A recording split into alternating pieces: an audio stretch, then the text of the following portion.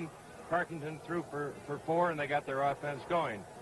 The defense will have a tough time against Pittsburgh today. They have a great running game, averaging 188 yards on the ground per game. They've got 2 great runners, and Franco Harris, averaging 6.3 yards per carry. He's a rookie from Penn State, and John Fuqua, another great runner.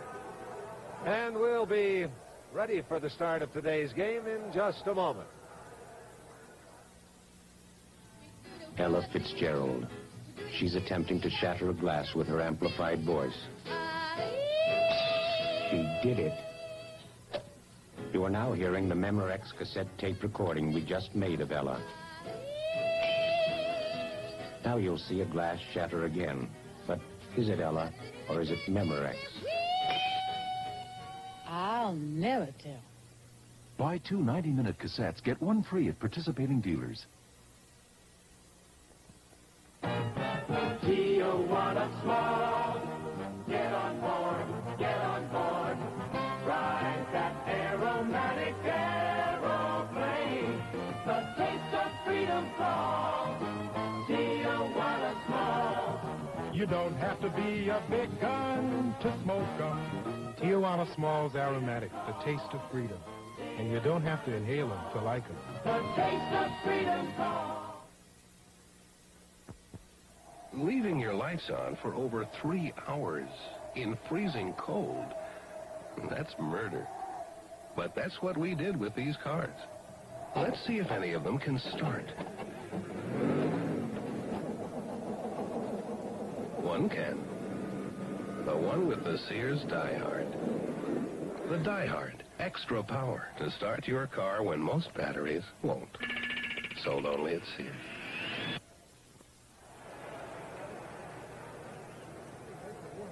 Now the introduction of the players has been concluded. The band is formed on the field. This is the Ambridge High School band for the national anthem. We'll have the reenactment of the toss of the coin as the co-captains from either team head out on the field. The toss was won by the Minnesota Vikings, so they will get their first crack at putting the ball on offense. Toss officially completed a half hour before kickoff.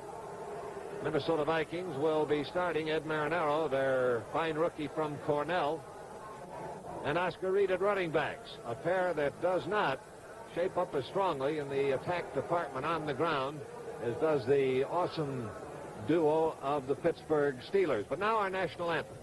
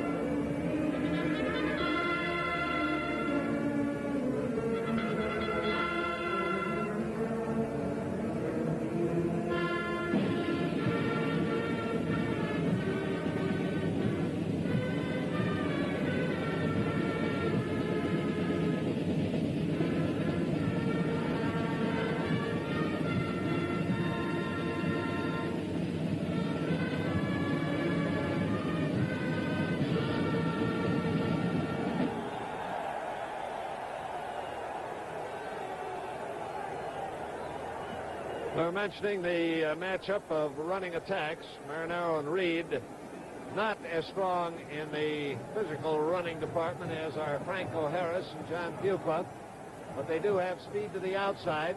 The balance swings in the other direction when you compare Terry Bradshaw with a veteran Fran Tarkenton. Terry Bradshaw coming on fast. Both these quarterbacks have the ability, which is often displayed, to do some running. And the first test, of course, will be the Minnesota offense against the Pittsburgh defense. Jack, I would like to point out that this is tartan turf they're playing on, and Pittsburgh has not lost a game here this year. They're 5-0 at home. And I think a home field advantage is really something here today in this big game.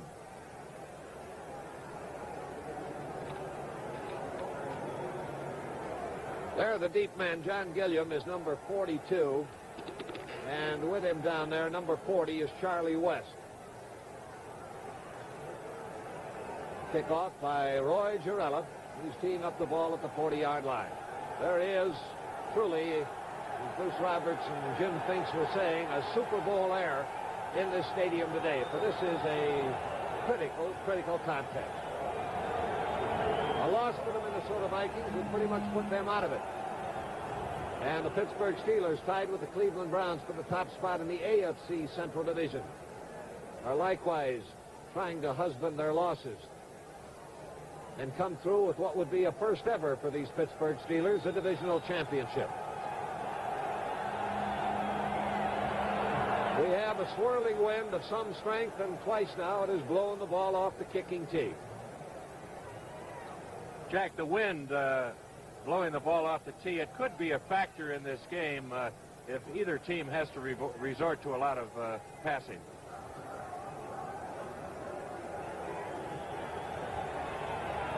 Now let's see if the ball will stay up long enough for Girella to kick it. He does. Gilliam about 2 yards deep in the end zone. Here he comes out to the 10, the 15, still on his feet at the 20 and breaks loose. Out to the 40. One man, Girella, the kicker, bounces him out of bounds at the 46-yard line. And John Gilliam has given him great field position. There was a missed tackle there. Larry Brown, number 87. You'll see it coming up. It's a good move by Gilliam. There's the missed tackle right there.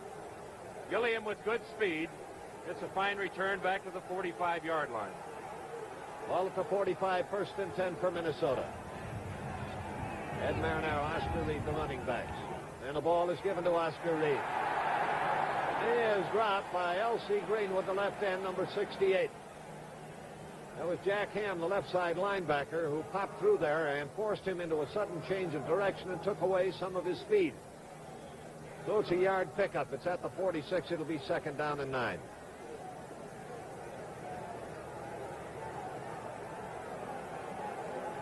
That Jack Ham, number 59 on defense for Pittsburgh, will be a young man to watch today. He's just in his second years, but he's been drawing rave notices as a linebacker. Has 5 interceptions. Oscar Reed tries it again straight ahead. And again, that fine defensive front four of the Steelers clogs up their path. Ben McGee, number 60, was the principal tackler, the right tackle.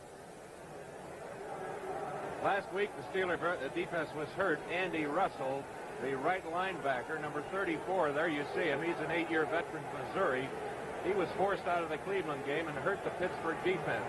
He's operating on a bad ankle, but he says he's all right at game time. Gene Washington goes out wide to the left. Gene Washington also operating on a bad foot. Gilliam is the wide receiver to the right, and Tarkin is going to the air. 3rd and 8. There's the throw to Gilliam. Complete. Nope. Incomplete. As he was hit by Mike Wagner and started down, he lost track of the football and it bobbled out of his grasp. He did not have it long enough to be ruled a completed pass. And the Minnesota Vikings have been held on downs by the Pittsburgh Steelers in the opening foray. So it's 4th down now. Line of scrimmage, their own 47. Deep men heading back are Glenn Edwards, and Glenn Edwards back there all alone. Mike Eyeshide to do the punting for Minnesota. Low pass from center. Eyeshide gets it away. Edwards makes the catch on the 17-yard line. Is caught and thrown down at the 18. So it's a return of 1 yard, and it'll be 1st and 10 for Pittsburgh at that point. This telecast is presented by authority of the National Football League, intended for the private use of our audience. Any rebroadcast or other use of this telecast without the express written consent of the National Football League is prohibited. Oh, it's the first crack at it now for the Pittsburgh Steelers. There is no score in the game. They have it 1st and 10 at their 18-yard line. Franco Harris, John Fuqua, the running backs. Fuqua 32, or Fuqua 33, Harris 32. And here is big Franco Harris powering into the line, veering to the left, getting up to around the 22-yard line before Jim Marshall, number 70, the right end for the Vikings, brings him down. Ball spotted at the 21. Franco Harris, a rookie from Penn State, has 4 games in a row over 100 yards and 5 out of his last 6 games. He's a strong runner.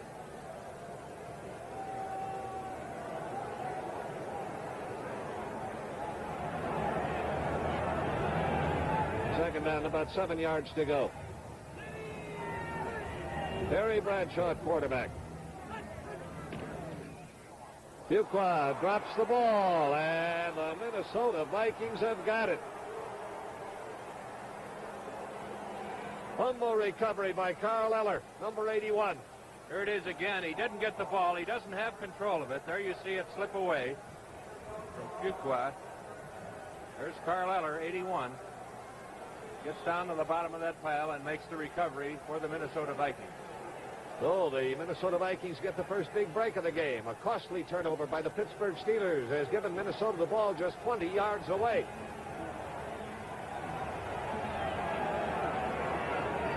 Ed Marinaro in motion. Tarkinen throws to Marinaro. Coming back against the grain, getting a block on the corner man from Grady Alderman, but it wasn't enough. Dwight White, the right end, number 78 for the Steelers, was there to haul him down after a short gain. They'll spot it at the 17-yard line. A pickup of 3. It'll be 2nd and 7. No score in the game. Minnesota won the toss, took the kickoff, failed to make a first down, punted to the Steelers, and on the second play, they fumbled it to the Vikings on the 20, and Minnesota now has it 2nd and 7 on the 17.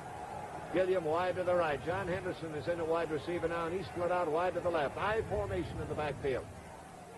Tarkinen rolling right, hurried, and cannot make the connection to Oscar Reed. Jack Ham, that linebacker we were talking about, was in there putting the pressure on Fran Tarkinen and took something off the pass. Well, that was a good play by Ham and the defensive lineman. They didn't go for the play-action fake, knowing that Tarkington likes to roll out. They continued through to the passer and made him throw a little bit quicker than he wanted to. He had his man wide open. They're down 7 yards to go. Minnesota on the Pittsburgh 17. Tarkinen straight back this time. There's his peg. Incomplete, intended for Marinaro. Batted aside by Mean Joe Green. Their big 6-foot 4-inch left tackle, number 75.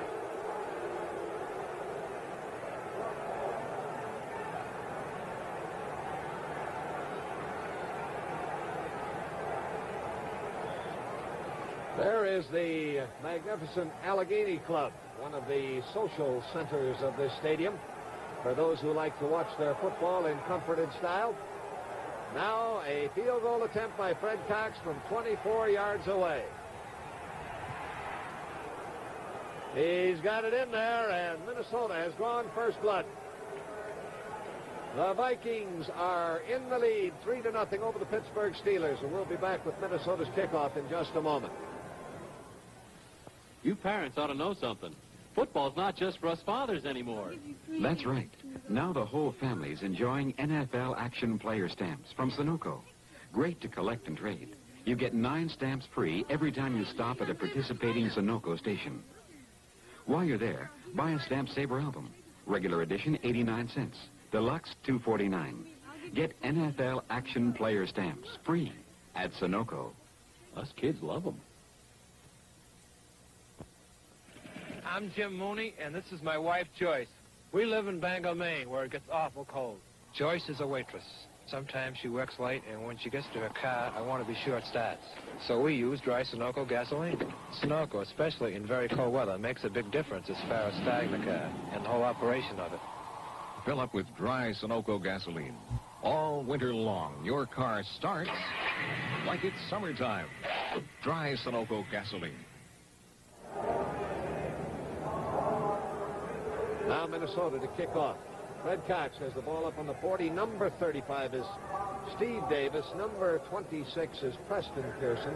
They are the deep men for the Pittsburgh Steelers. And Fred Cox gives the ball a low squibbing kick that's moving over near the sidelines. Makes it out of bounds. Minnesota will have to kick off again, accepting a 5-yard penalty.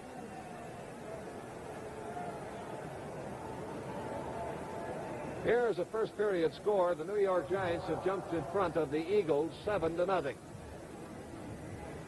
Ball coming back now, and Fred Cox will have to kick it off from the 35-yard line. With the wind swirling around down there and blowing the ball off the kicking tee twice for Roy Girello when he was attempting the opening kickoff, I would suspect that the wind might have caught that ball just as Cox was riding into it, because it was a very poor kick off to the side.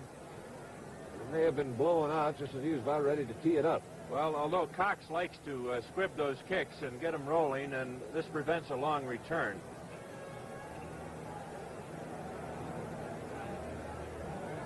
Steve Davis, 35. Preston Pearson, 26. The deep men for the Steelers. Moving up a little now with a 5-yard penalty. He wraps another low one that's taken by one of the up men. And he brings it out to around the 48-yard line. It was Rocky Blyer who was up on the blocking screen, who gathered in that line drive shot and takes it to the 48. Here's another short kick. Watch Rocky Blyer from Notre Dame there. Grab it. He's a spark plug. Vietnam War veteran. Makes a good return almost to midfield. Now Pittsburgh has an opportunity. They're practically at the 50-yard line, and Terry Bradshaw goes to the air right now. His attempt to hit Frank Lewis went off his fingertips out of bounds. It'll be 2nd and 10. First period score, Buffalo leading Cleveland 7-0. Remember, Pittsburgh and Cleveland are tied for the AFC Central Division leadership. Each has won 7, lost 3. Frank Lewis coming out wide to the left once again. Ron Shanklin, the leading pass receiver, is the wide receiver to the right. 2nd down and 10. Bradshaw goes for Shanklin, and did he get it? No, he had stepped out of bounds as he caught the ball, and it is incomplete. Charlie West was the cornerback covering on the play for Minnesota. 3rd and 10 at the 48-yard line. Neither team has yet recorded a first down. But Terry Bradshaw throwing those 2 quick short sideline passes, it shows that he respects the deep zone of this Minnesota defense. You can see how deep the cornerbacks are playing in Minnesota. Got to go fairly deep on this one. It's 3rd and 10. He sends it down the middle, and it winds up incomplete. Jeff Seaman almost got it after it was blocked by Charlie West.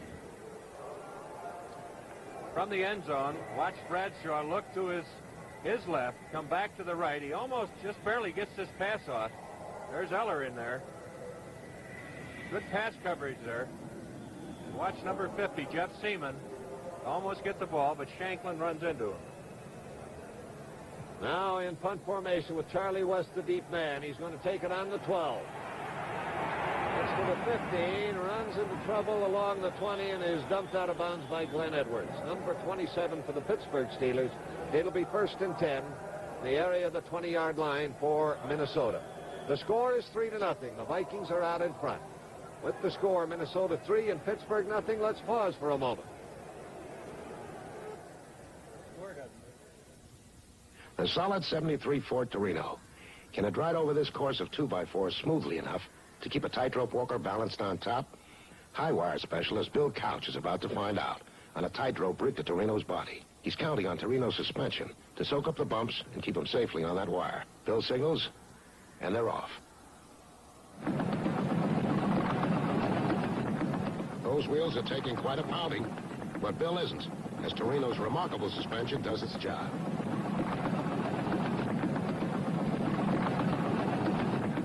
The 1973 Ford Torino, the solid midsize that gives you confidence on the road. Incredibly smooth riding, stable, strong, and quiet.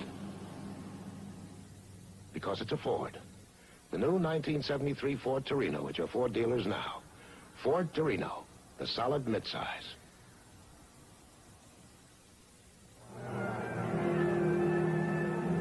Jack Drees with George Connor as Minnesota takes the ball 1st and 10 at their own 20-yard line. Karkinen has completed 1 pass out of 4 attempts.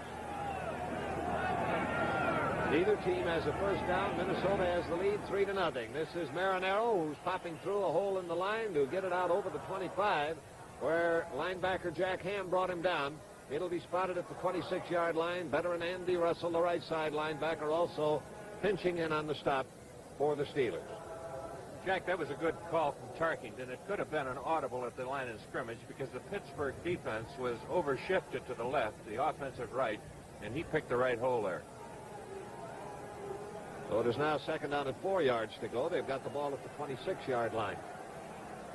John Henderson, wide receiver to the right. Apparently that foot is bothering Gene Washington once again. He started. Penalty flags go down. Looked like Milt Sunday was a little early on his charge for Minnesota.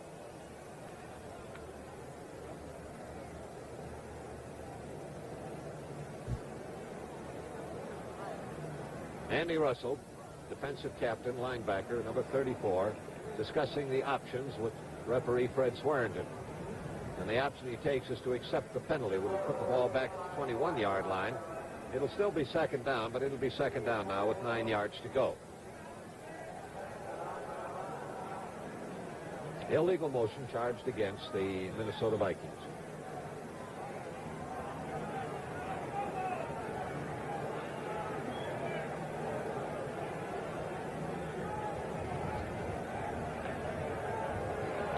Second and long yardage.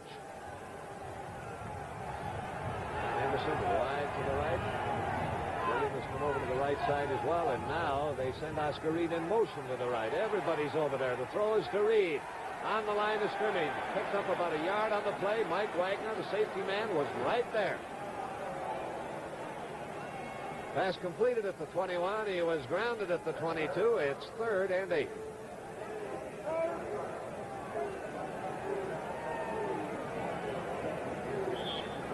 First period, Denver has taken a 7-0 lead over Atlanta. Jack, that was a safety valve pass. The deep men were covered very, very well, and Fran just got rid of it in time. 3rd and long. Tarkington back, has time, throws out here to Marinaro. He's at the 26. The ball is fumbled, picked up downfield by Gilliam, and he makes it across the 50. Minnesota has the ball on the Pittsburgh 46. Well, look at that again. Watch Tarkington roll to his left. Throw back to his right. There it is to Marinaro. Watch him get hit here. He gets hit hard, and that ball rolls upfield, but Gilliam, very alert, rolled right into his hands, picked it up, made a nice gain out of it. Well, it'll be 1st down for the Minnesota Vikings. They've got it now 47 yards away. Tarkington looking long, in trouble, finally has to unload the ball to Marinaro. He was hunting for John Henderson deep. Ben McGee, the right tackle, number 60, was in there hurrying the effort of Tarkington, and he hit Marinaro for another 1st down that puts the ball at the Pittsburgh 34-yard line. These are the first downs recorded in the game, and we've had 2 of them in a row. First period score, the Giants have jumped out in front of Philadelphia now by a 14-0 margin. Here the score is 3-0, and the Vikings are in front.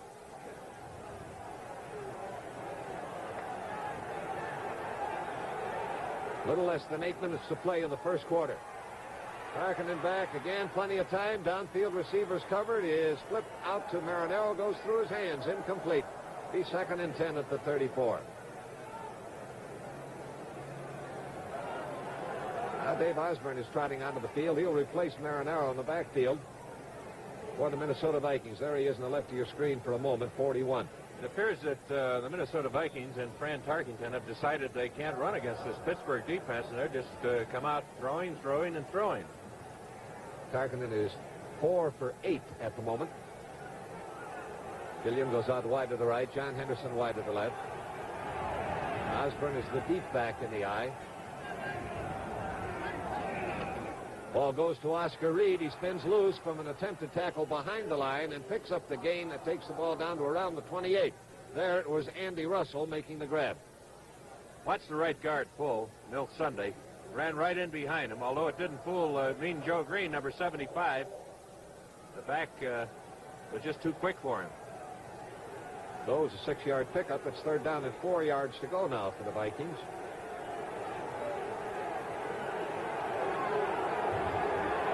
William wide right, Henderson wide left. Running backs are split out. That's Osborne in motion to the left. And Tarkenton looking to throw. He needs 4. He flips one out to Oscar Reed, who's got the first down and is out of bounds at the 17-yard line. Pretty tough play to cover, Jack. Jack Ham, 59, the left linebacker, has to respect the running ability of Fran Tarkenton. He comes up, he throws it. If he lays back, Tarkenton runs. He needs help from the defensive secondary. Minnesota now with their 3rd first down. They've picked up all the first downs by either team in this game on this drive, which began back at the 20-yard line. Wide receivers spread out to either side. 1st and 10, 17-yard line, Osborne in motion. And on a delay, it's Oscar Reed. He kicks that ball down to around the 12, 13-yard line where Jack Ham was in there once again to make the stopper for the Pittsburgh Steelers. First period.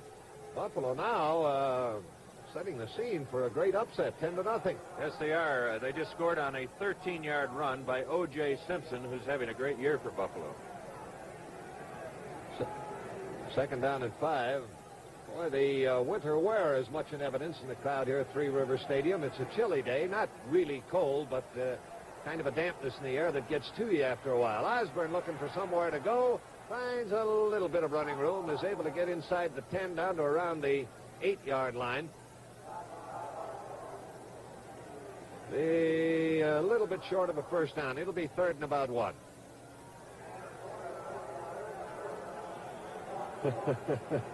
And the banners are much in evidence, and the Vikings hiking. A poet in the crowd. 3-0 Minnesota. They've been hiking pretty good on this drive. Started back on their own 20-yard line. They've got it 3rd and 1 now.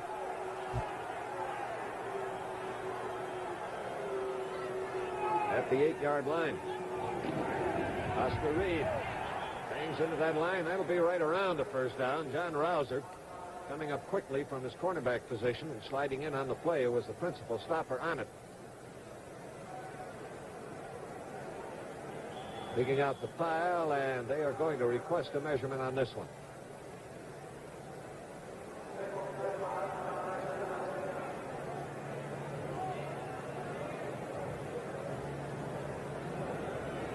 Chains are being brought in. We've got a good look at it. And there it is, about a foot to go. Oh, it's 4th down, about a foot. They look over the sideline to see what Bud Grant wants to do, and it looks like they're going to go. Bill Brown is coming in to replace Oscar Reed. Now they're toughening up the forward line. Ernie Holmes, a tackle. Craig Hanneman, an end. Jack Ham and Andy Russell, linebackers, are coming out. Bill Brown's got good size. He's a good blocker. He can be used as a blocker, or he gets that extra yardage. He usually goes over the top. There he is, number 30. 34-year-old Bill Brown. Leading 3-0. They're going to take their shot. Brown bangs into the line. It's caught along the line and thrown back. They were ready for Mr. Brown.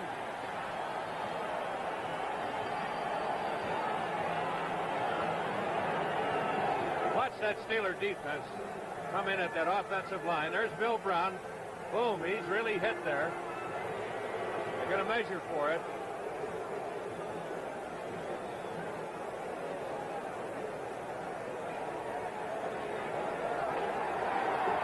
And the Steelers have stopped it. Pittsburgh stops a 4th down, 1-foot try by the Minnesota Vikings. Now, this wasn't all that big a gamble for Minnesota, because by giving up the ball there, they are in the same breath putting the Steelers in very poor field position. And with the score, Minnesota 3 and Pittsburgh 0, let's pause for a moment. My name is Betty Sims. You know, it's funny, most people run from winter. not always fun driving in the winter, but it's something I have to do. I sell ski fashions in the Rocky Mountain states, and I have to travel throughout Colorado, Wyoming, Utah, and New Mexico, all alone, except with my dog, Tracy. She's pretty good company, and I have to travel a lot of times when there's great powder on the slopes, but that means plenty of snow on the road. I've been in plenty of situations where I've had to stop, and also when I've had to get going. A girl can't always just get out and push. Firestone found out about how much driving I do in the winter and put 4 town and countries on for me to test. The Firestone all-position town and country. With 3 separate tread sections and room for 112 ice-gripping studs. They're designed for the front wheels, too, and available for most imported cars. At your Firestone dealer or store, the people tire for winter. They say almost nothing will stop them, and you know they're right. I mentioned that in failing the 4th down try, they gave the Steelers bad field position, but you must remember they've got the runners to improve it in Fuqua and Franco Harris. Franco Harris gets the call. He's got running room to the outside, and he has that ball up to a point just short of the 15-yard line where Alan Page ushered him out of bounds. Franco Harris, 6'2", 230. Watch the power this man has. To see Alan Page, 88, come over there. Good block.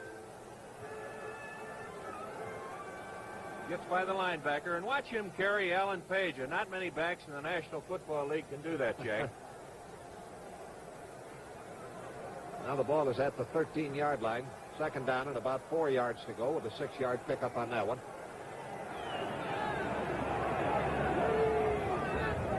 Bradshaw looking over that defense, gives it this time to Fuqua, and Fuqua punching into the line is able to get that one out to pretty close to a 1st down. Jeff Seaman, the fine rookie middle linebacker, coming in to make the stop for Minnesota.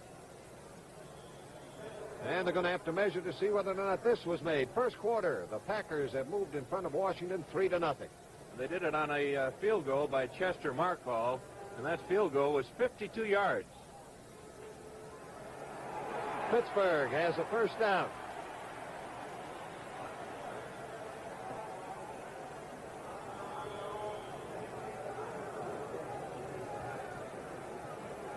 First and 10 for the Steelers at the 18-yard line.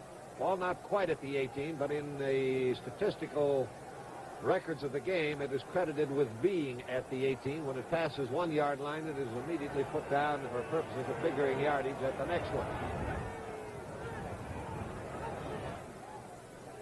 Fuqua again, and he pops into the line, gets over it, and beyond the 20, Jeff Seaman, the middle linebacker, making the stop. A light rain is beginning to fall here in Pittsburgh. They've got the ball now at the 20-yard line, a pickup of 2. The 2nd down and 8 for the Steelers. The score is 3-0. The Vikings out in front. Took a 4th down gamble on the 7-yard line when they had a foot to go, and the Steelers held. Now they've got the ball at the 20, 2nd and 8. Bradshaw back to throw. He lofts one out to Franco Harris. Harris is at the 20, cutting back, bouncing off tacklers, finally bounced out of bounds near the 25. Paul Krause and Bob Bryant combining to get him out of bounds for Minnesota. It was pass all the way. Watch the rush that Bradshaw gets. He just arches that ball up there. Great catch here by Franco Harris, the rookie from Penn State. He has good mobility, and he's really strong. Great power running straight ahead. Not enough for a 1st down. They've got 3 yards more to achieve that. 3rd down and 3.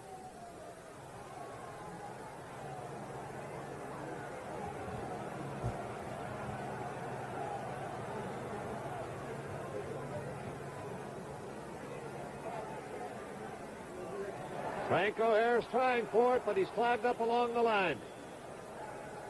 Jeff Seaman was in there fighting off a blocker. Clogged up the play. Short of a 1st down. Pittsburgh will have to kick it. From the end zone, watch Gary Larson, number 77. He gets in there, trips up the interference.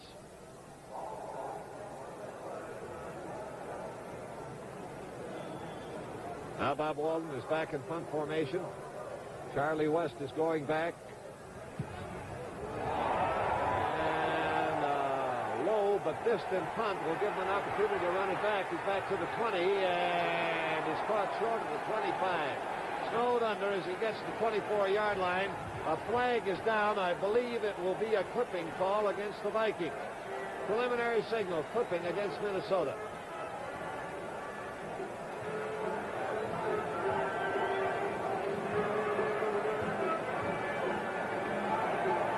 It was inside the 30, so it'll be half the distance to the goal line.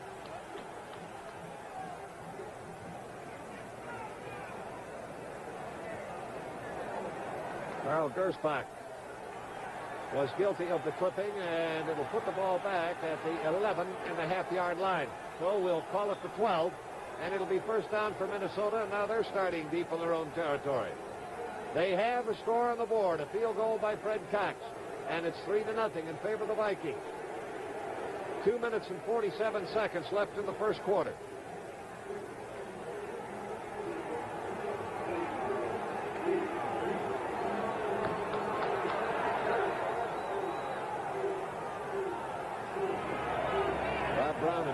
Are the running backs, and it's Brown. He bangs into the line, is hit by Ernie Holmes, a big tackle. Bill Brown, I should say, not Bob Brown. But his forward progress is stopped at the 17-yard line. So it's a pickup of 5. It'll be 2nd and 5 at the 17. Ernie Holmes has come in to replace Ben McGee at right tackle in the Pittsburgh Steelers defense. 2nd and 5.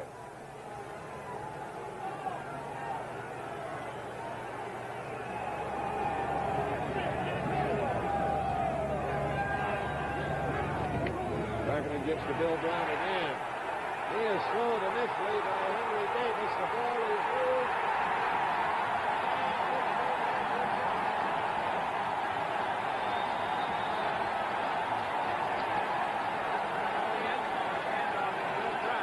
Back up to the line of scrimmage. There goes the ball. Kicked away. There's number 49. Ralph Anderson recovers for the Steelers. Now the Steelers get a break in the game. They've got the ball on the 12-yard line. They are trailing 3-0. Little less than 2 minutes to play in the first quarter.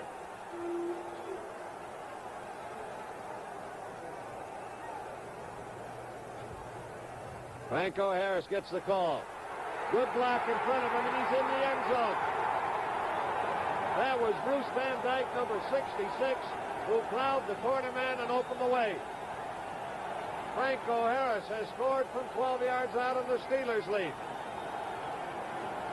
In slow motion from the end zone. Watch Franco Harris. There's Bruce Van Dyke. What a block he put on Charlie West, and he goes in standing up. Now Roy Girella on the try for point.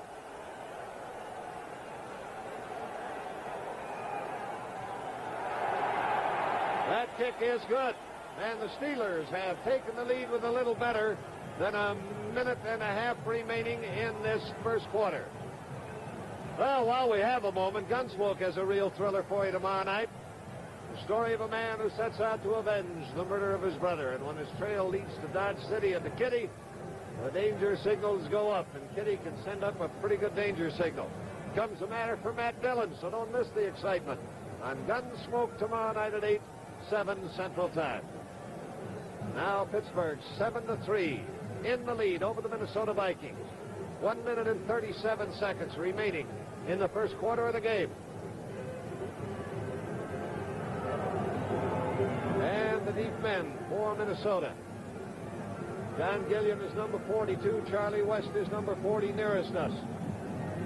Roy Girella. Ball teed up at the 40, ready to kick it off. Game of crucial importance to each of these teams. Gilliam takes this one 2 yards deep. Out to the 10. 15. Picks up a block, gets to the 25, and that is all she wrote. And Ralph Anderson, who recovered the fumble that gave Pittsburgh the stage setting for their touchdown, made the tackle. Ball at the 26-yard line, 1st and 10 for the Vikings.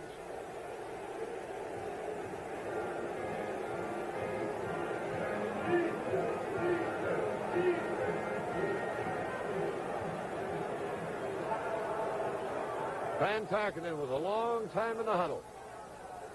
Now he's broken it. Here they come.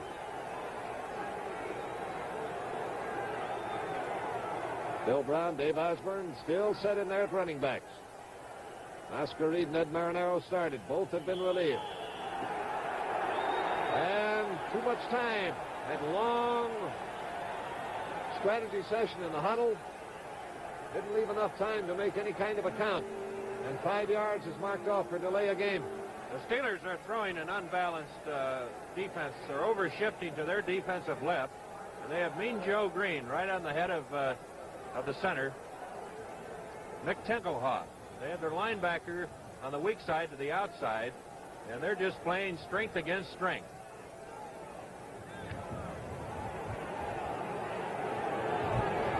Now it's first down and 15 yards to go. The ball is back at the 21.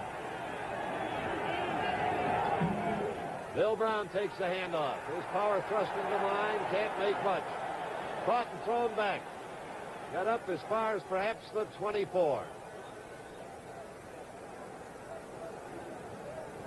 Watch Mike Wagner, number 23, come up from the safety position. There's your linebacker, 53, Henry Davis, assisted by Mike Wagner. And I'll tell you, Jack, they're really hitting on defense. When you can drive Bill Brown flat on his back, going the other direction, that's defense. The total pickup was 3 yards, so it's second down and 12 yards to go for Minnesota. Now Osborne caught behind the line. Joe Green was in there and really blew that play out. Watch Joe Green to the corner of your screen on the right side. There you see him. He fights off the block of Ed White and makes a terrific tackle.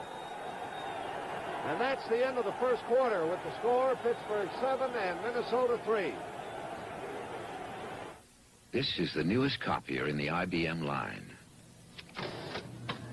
As you can see, this plain paper copier lets you feed in originals continuously.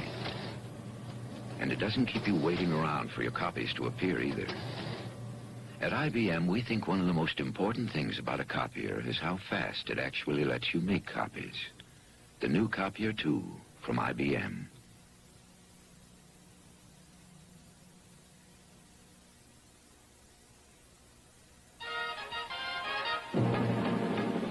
A crop duster's gotta be tough. His equipment's gotta be tough, too. Tom Hornsby uses AC spark plugs. AC's new super ceramic insulator is built tough, tested tough, to keep you going when the going's tough. For quick starts and a smooth-running engine, get AC Fire Ring spark plugs. Original equipment on GM cars. AC keeps you going when the going's tough.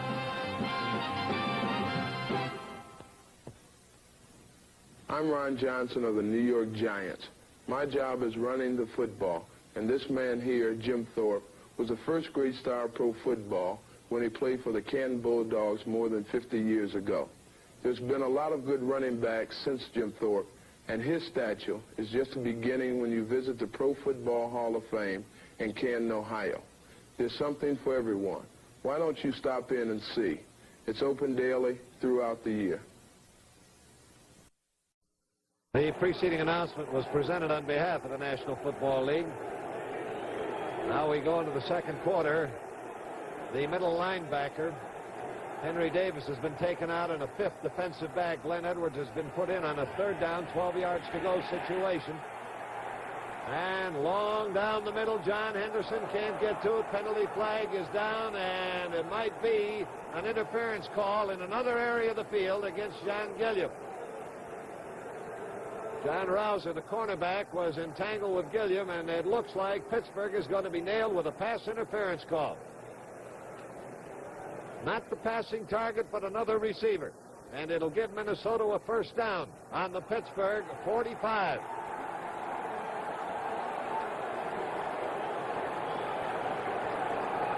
Targeting has completed 5 out of 9. The score is 7-3 in favor of Pittsburgh over Minnesota. First down on the 45. Dave Osborne, deep reverse on the end around. Gilliam, the wide receiver, going back to the right, and he can never make it back to the line of scrimmage. The play lost a yard. John Rouser making the tackle. Watch this reverse. Hand off to Osborne. There comes Gilliam. Watch Fran Tarkington try to block Mean Joe Green. Right there, number 75. No contest. And here comes John Rouser up to make the tackle. I don't think Fran will try that again. Oh, it lost a yard. And it's second down and 11 for the Minnesota Vikings.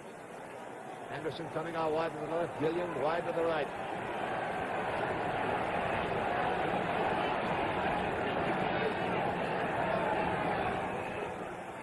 Osborne trying a quick thrust is tripped up by Joe Green, who had gotten into the backfield. Fell forward across the line and gets it out to the 46-yard line, where it'll be 3rd and 9. He's playing head-to-head with Ed White, who's supposed to be the offensive guard for the Vikings. He's supposed to be one of the strongest men in the league. But I tell you, Joe Green has given him all he wants this afternoon.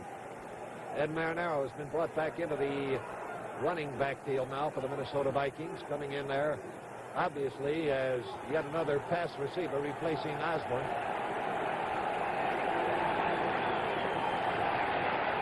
Harkinen chased by Green. Penalty flag goes down. Looks like it'll be a holding call against Minnesota. His throw to Brown. Not good. Another penalty flag goes down. And it is holding against the Minnesota Vikings. May have been an ineligible receiver downfield on the other call.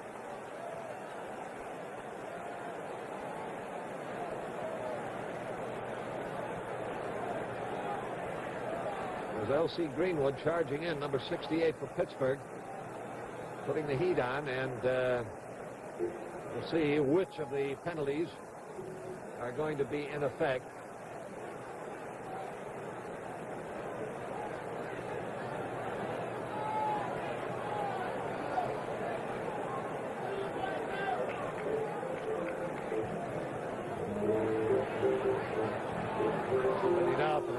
From referee Fred Swearingen. The ball is brought back to the 41.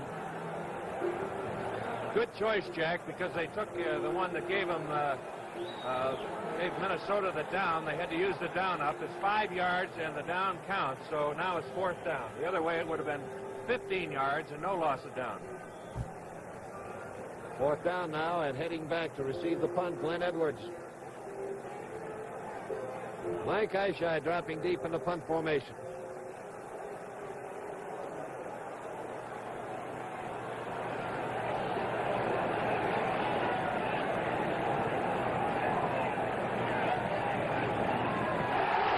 The pass when they have to run it, and kicks on the run.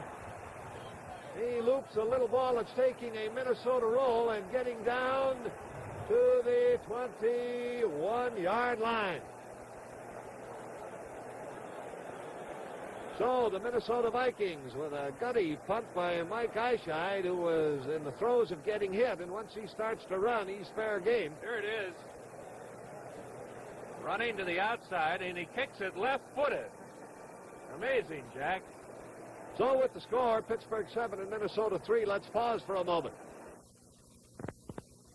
This is a totally different kind of razor blade. It makes shaving easy.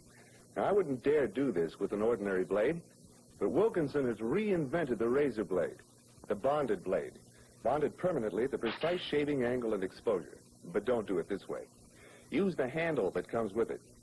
It's even easier. Safer, too. The Wilkinson Bonded Shaving System. It makes shaving easy.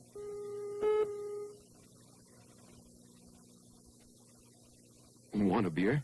Mm-hmm. You know, this is really an interesting six-pack. See how it's completely covered? See the ends? Covered. Mm-hmm. That so light won't get in. Light can spoil beer. Mm-hmm. And this is good beer, so they don't want light messing around with it. Well, in that case, why don't we turn off the lights?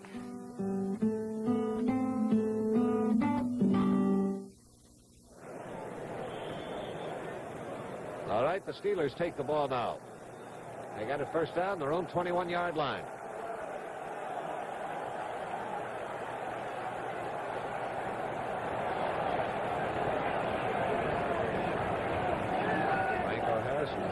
shift. Fuqua edging up a bit. Those are the two running backs for the Steelers. Straight back goes Terry Bradshaw. Has good protection, going long, and the play is broken up by Jeff Wright when Bob Bryant was waiting to intercept. The target was Frank Lewis, and Bryant had it in his hands, he thought. Good protection here. They're looking right, looks the defense off. And Bobby Bryant is all set. Watch, to make that interception. Jeff Wright doesn't know he's behind him, and he knocks the ball down. And, of course, in all fairness, they can't be looking around to see if someone is there to intercept. Well, it was a good play by Jeff Wright, but a bad break for Minnesota. Second quarter, Washington 7-3 over Green Bay. They've taken the lead on a 2-yard run by Larry Brown. Second down, 10 yards to go now for the Steelers. Bradshaw back, throws to the outside. Lewis has it. He is caught over there by Bob Bryant and hauled down as he gets that ball up to the 30-yard line. It'll be a little better than a yard short of a first down. 3rd and a yard.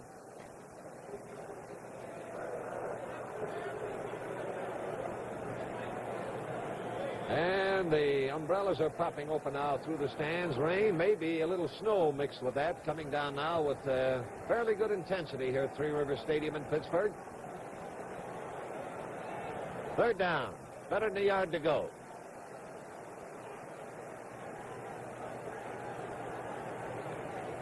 John Fuqua has the first down as he pops it out to the 32-yard line. Jeff Seaman, the middle linebacker, making the stop. Here it is. Watch the pulling guard there, number 57. Does a great job. That's Sam Davis, the left guard. Opens up the hole, led by Franco Harris. A little less than 12 minutes to go in the second quarter. Pittsburgh leading 7-3. Rain is coming down. There are the stats on Bradshaw, 2 out of 6.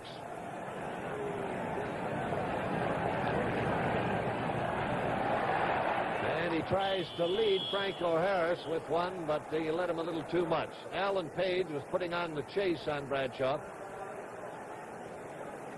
Pass incomplete. It'll be 2nd and 10 at the 32. And Carl Eller, the defensive left end, seeing pass all the way, dropped off the line and was running right with the intended receiver. Another score, second quarter. The New York Giants bombing Philadelphia. It's now 24-3. Pete Gogolak just kicked a 25-yard field goal for New York. Frank Lewis wide to the left. Ron Shanklin is wide to the right.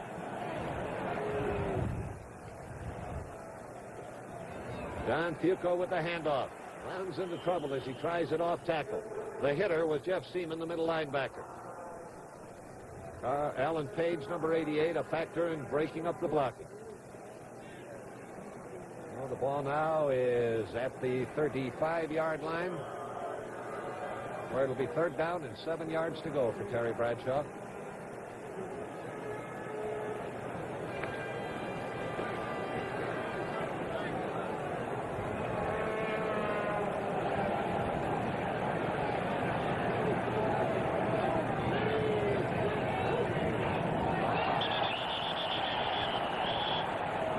Come in.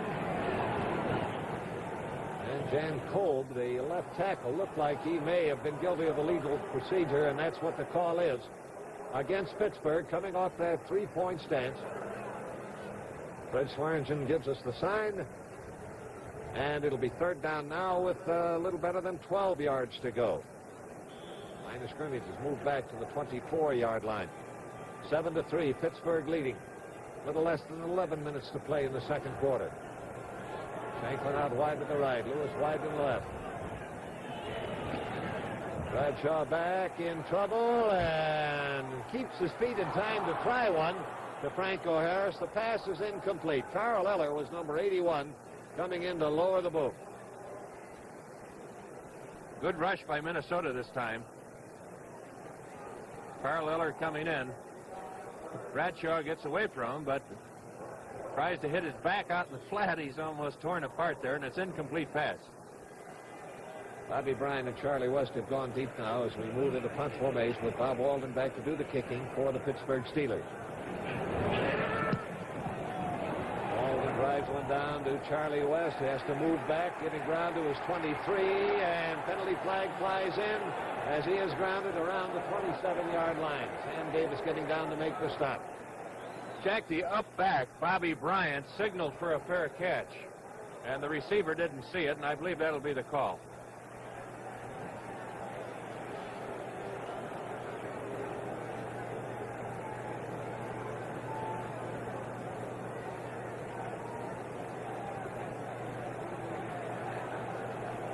That's what it is.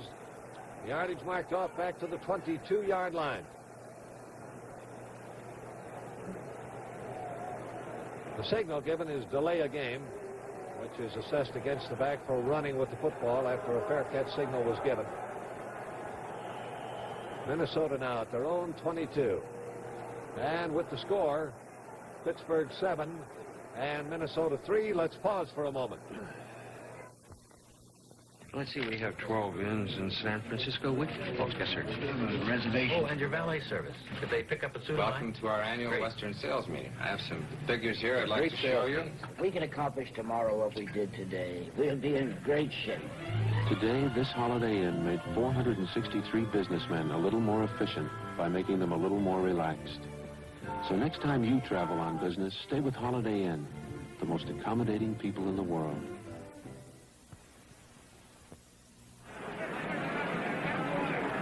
Hello. I'm interrupting your TV picture with good news about color TV. Know what's in back of many TV repairs? Look, chassis tubes. Tubes get hot, weaken with age, and are a leading cause of TV repairs. So RCA takes every chassis tube out of XL100 color TVs. XL100s are 100% solid state, designed for longer life and vivid color. Give chassis tube problems the boot with XL100. Jack Drees with George Connor at Pittsburgh as the Vikings take over 1st and 10. Ball at their own 22-yard line. Tarkenton rolling out to the right. Now he has to look back, hunting for someone, anyone. Finds Gilliam, the ball off his hands and incomplete.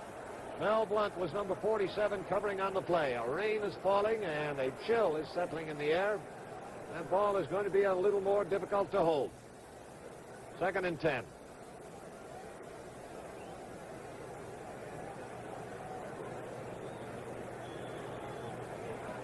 We pause 5 seconds for station identification.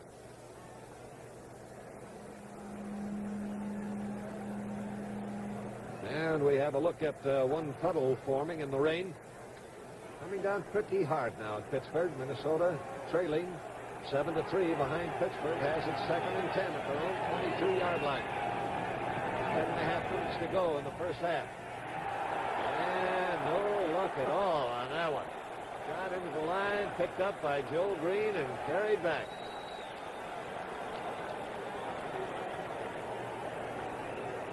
Second quarter, Washington is 7-3 over the Green Bay Packers. Jack, and we have a report that Scott Hunter's been taken out of the game. No injury reported, but Taggy, the rookie quarterback from Nebraska, is in for Scott Hunter for Green Bay.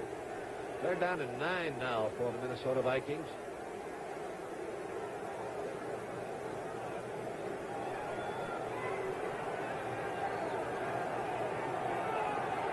Starting backs are back in now, both Oscar Reed and Ed Marinaro.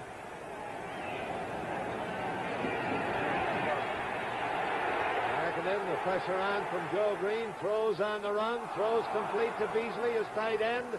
Beasley powers his way out to almost the 40-yard line, more than enough for a first down on a very big play. Jack Ham, the tackler. Good rush here. There's Joe Green going to the outside. Great catch there. The defensive back was Ralph Anderson. Beasley out-muscling him for the first down. 1st and 10 now at the 39-yard line.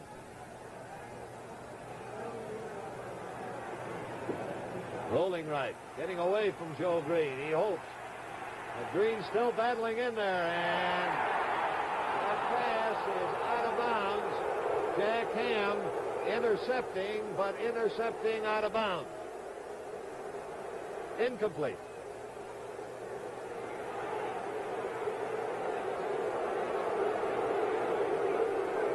There's Joe Green chasing out to the flat. Let's staying away from him. Milt Sunday. And Jack Ham intercepted, but I believe his foot was out of bounds. No, ruled simply an incomplete pass. It's second down and 10 at the 39-yard line. Pittsburgh 7, Minnesota 3 in this crucial game between each conference's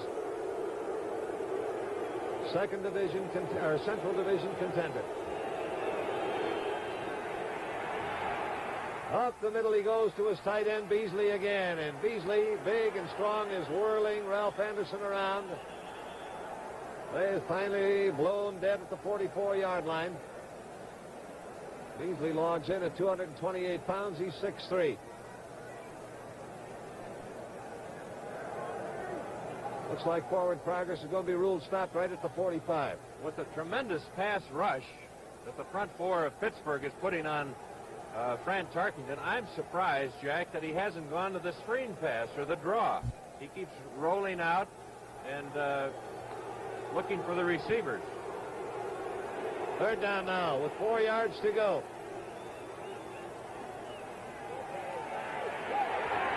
And he pegs one to Marinaro. Marinaro fighting for that first down, and he's got it. He crossed the 50 before he was dropped by Andy Russell, the right side linebacker. Now Minnesota has moved into Steeler territory. They have it 1st and 10 at the Pittsburgh 49.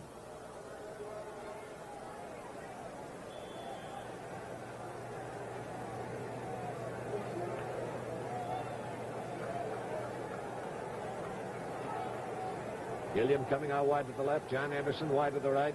Gene Washington started at wide receiver, but was taken out after a couple of plays in favor of John Anderson. Washington is troubled by a bruised foot. On the running shot to Oscar Reed. He's through the line quickly and takes that ball to the 41-yard line before Ralph Anderson, the safety man, brought him down. Good blocking up front. Watch Tegelhoff go through for the middle linebacker, Davis. And Oscar Reed just kind of slithered through there, found the hole, and made good yardage, about 8 yards. Second down now with a shade better than 2 yards to go for the Vikings. And Reed gets the call again. He powers through for a first down, and Fran Tarkenton has found a path through that tough Pittsburgh defensive wall. There you see a good block by White there. He takes Holmes all the way in, and that opens up the hole. They keep banging away, and they might have found something there, Jack. 1st and 10 now at the 34-yard line. Pittsburgh is leading 7-3.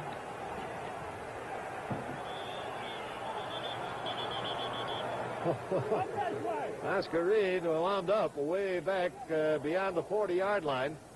Henry Davis, the middle linebacker, and Dwight White, the right end, combining on the stop, but his forward progress was stopped at the 32.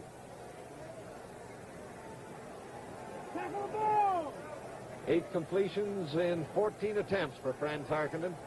Ball now at the 32. It's second down and 8 yards to go. Reed in motion. Tarkenton rolling back in the other direction out to the right side. His peg is behind Marinaro, incomplete. So it's going to be third down and 8.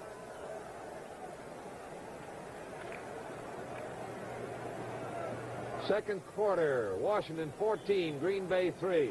And that score was a 25-yard pass from Kilmer to Jerry Smith.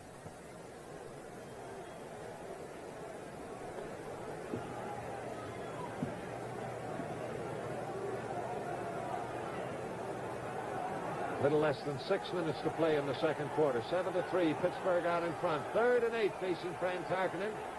The ball is 32 yards away from the Pittsburgh goal line. Tarkenton straight back. Has the protection this time. Throws to Gilliam. He has to fight to hold it. And does hold it for a completion down around the 20 for a first down. That was John Rouser, the cornerback, wrestling him for it. From the end zone, pretty good rush again. I believe the ball was tipped. Let's look and see if it was. Right there. There you saw 63 Ernie Holmes tip the ball, and it actually helped the reception.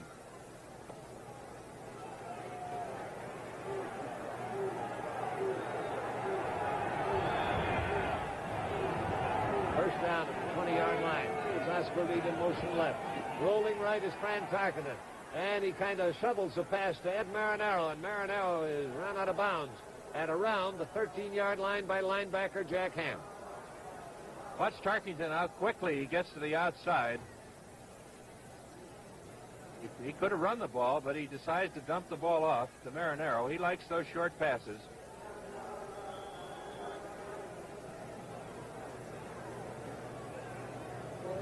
Good view of that developing action from the end zone camera.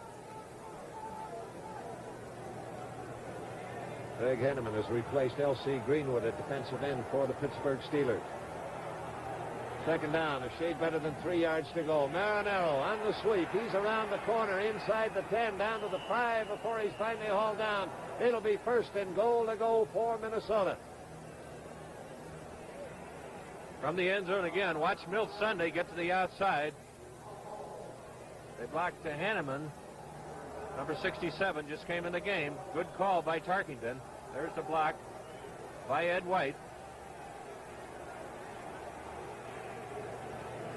The series started back on Minnesota's 22-yard line. They are running their 14th play right now in this series, and it's first and goal to go from the 5. Marinaro trying the middle, and boy, the middle closed up. Henry Davis and Jack Ham, the linebackers, pinching in, closing the gap. He picked up a yard to the 4. The regular defensive left end, L.C. Greenwood, number 68, back in there.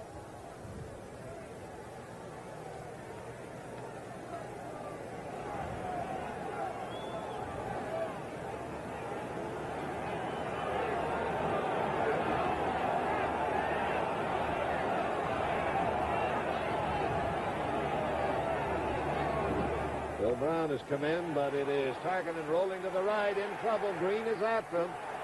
Incomplete, intended for John Henderson. Broken up by Ralph Anderson. And it'll be third and goal to go. L.C. Greenwood was putting the pressure on Fran Tarkenton on the goal line stand. Third down and goal to go from 4 yards away. The score is 7-3. The Pittsburgh Steelers in front of the Minnesota Vikings. A little better than 3.5 minutes to play in the first half.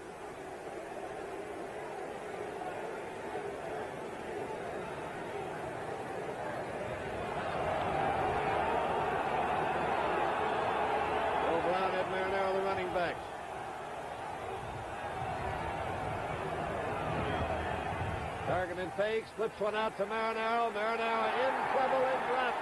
Left for a loss of 2 yards. And it'll be fourth and goal from the 6. From the end zone, watch the faking here. Fakes it to Brown, throws out to Marinaro. But Jack Ham, second-year linebacker, there he is, makes a great block for a tackle. He's a second-year man. Rated very highly. He's from Penn State. So the Vikings will attempt to settle for 3 points. Bud Cox in to do the kicking. And it is a knock snap from center. The Steelers recover, and they will take it in the area of their 11 or 12-yard line. Here's the slow motion. Bad snap or a bad hold there by Paul Krause, 22. He can't hang on to the football. Don't see that very often, Jack. So, with the score, Pittsburgh 7 and Minnesota. This leading replacement battery has a thick rubber case. The rubber isn't power. It's dead weight. Ford builds the Motorcraft Long Life Premium battery with tough, thin polypropylene. It costs more, but you get more inside. More plates, more starting power, more reserve power. But which do you want? More case outside or 12 more pounds for power inside? Motorcraft from Ford. Helps keep you off the hook. Okay, that's quitting time. Let's go get a beer. Settle down now and gather round now. Miller time is here. If you've got the time, we've got the beer. Miller.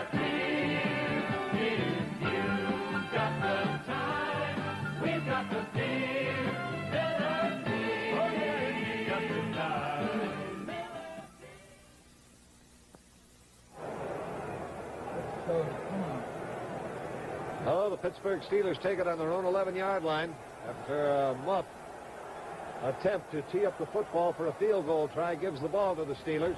They still lead 7-3 over Minnesota. Franco Harris looking for room, breaks 2 tackles, a third, and finally is rolled out of bounds by Wally Hilgenberg. Man, that's power running, George.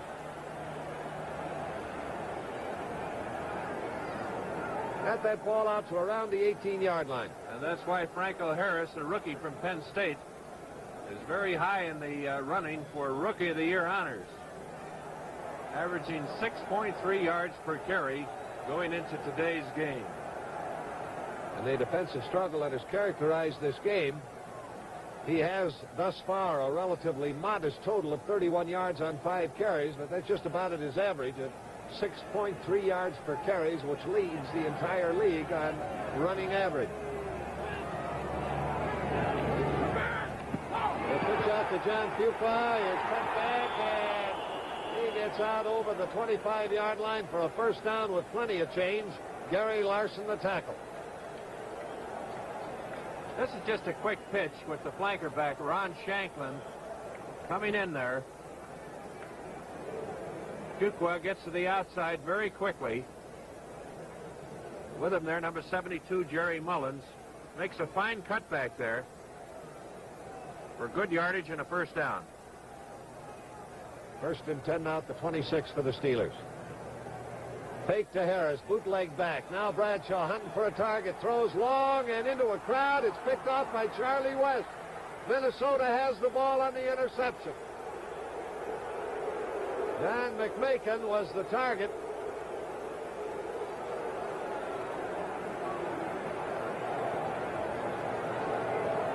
Minnesota first and 10 now, and they've got the ball at the 50-yard line. Good play action there. He's got all the time in the world. He's trying to hit John McMakin, and I question that throw. Look at all those white jerseys back there. Bradshaw threw into a crowd there, and West intercepted.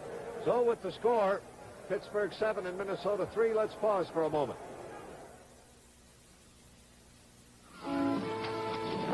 Skipjacks. That's what we call these boats here in Tillman, Maryland. They're used for dredging oysters.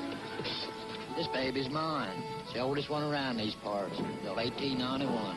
You know who helped me get it? Full Service Bank. They loaned me money to buy it so I could go into business for myself. And pretty soon business was so good that the bank offered me another loan to buy that crabber. Then they helped me pay for special insurance on both boats and showed me a way to handle my money I never would have thought of. That bank really stuck with me. Hey, there's my banker now. Hey, Johnny. Hi, Bart. His bank may look small, but it sure does things in a big way. I guess that's why they call it, a full-service bank. All across the country, in 14,000 different banks, helping is our business.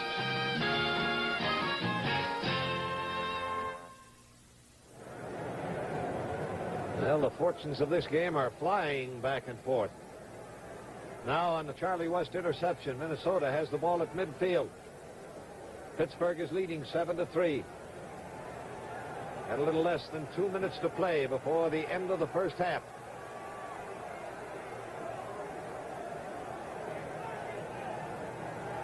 Targeting back to throw. Green after him. He flips one over the middle to Ed Marinaro. Marinaro is grounded at the 43-yard line by L.C. Greenwood. And it will be second down and about 3 yards to go for the Minnesota Vikings.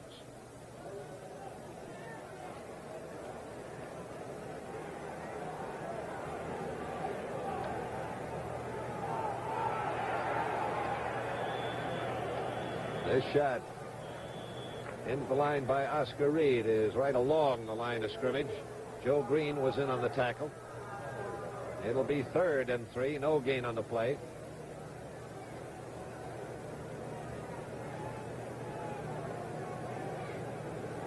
Oh, well, there's a timeout down there. It gives me a chance to say this week the new CBS Tuesday night movies features an intriguing drama of a rather eccentric young man who's bent on cleaning up a polluted river by sabotaging the chemical plant where he works. Tony Perkins, Tuesday Welder, the stars, and they pretty much twist into each other's lives in Pretty Poison. That's the CBS Tuesday night movie at 9:30, 8:30 Central Time.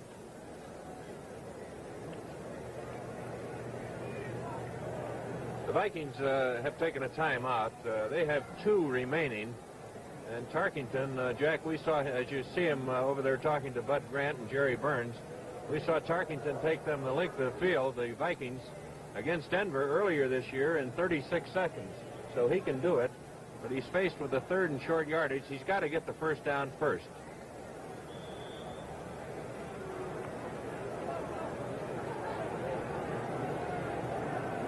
So it's 3rd down. About 3 yards to go. Tarkington likes to throw to his backs. He's been throwing to them all day long. Aaron Arrow's caught 7 passes thus far in this game. Tarkington 12 out of 20 so far in his total passing attempts versus completions. Rolling out to the right, he whistles one, and that winds up in the crowd. The crowd composed of Mike Wagner, who was fighting John Beasley, the tight end, for possession of the ball. A little half rollout once again. Looked like Oscar Reed was open, but he went downfield to one of his favorite targets, Beasley, and Mike Wagner made a good block.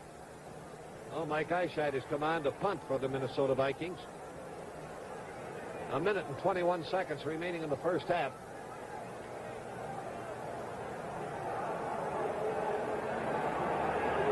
Well, we've got Mike Wagner going deep. Time is called now by Minnesota. That uses up another one. They have 1 remaining in the 121 that remains in this ball game.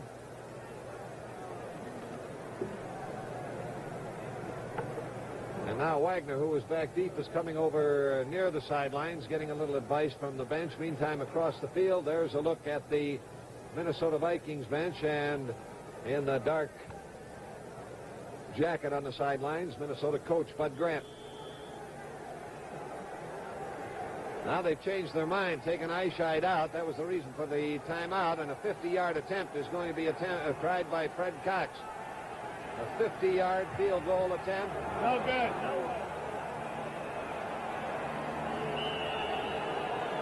No good. Touchback in the end zone. And the Steelers will take over 1st and 10 on the 20.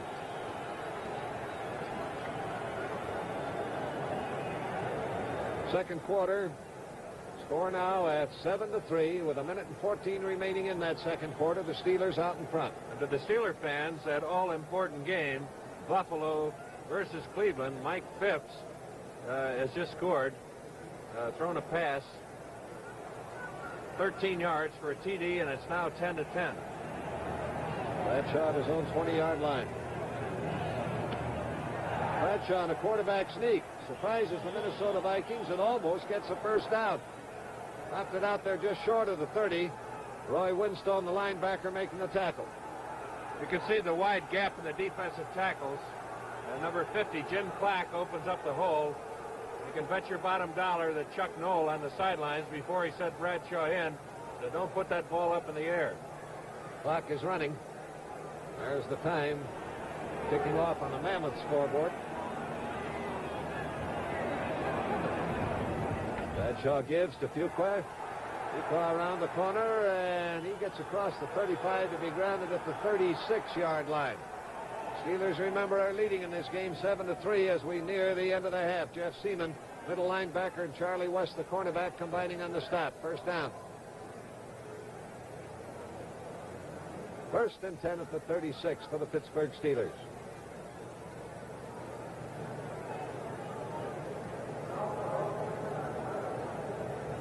Now the Steelers have used a timeout here. They have 2 remaining. Versus 1 for the Vikings. The 1 for the Vikings academic now as we get into close to the final half minute of this ball game. And the Steelers crowding up now along the sidelines.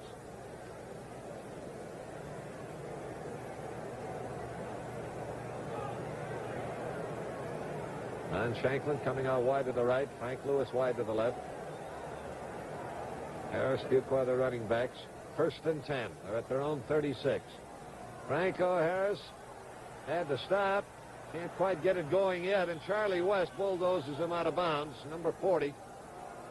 That'll stop the clock with 26 seconds left. Boy, when they show you the seconds remaining when it gets down to the final countdown, they really do it here at Three Rivers Stadium, George. They sure do. They leave the little clock indicator and go over to the big board, and there it is, 26 seconds remaining in the half.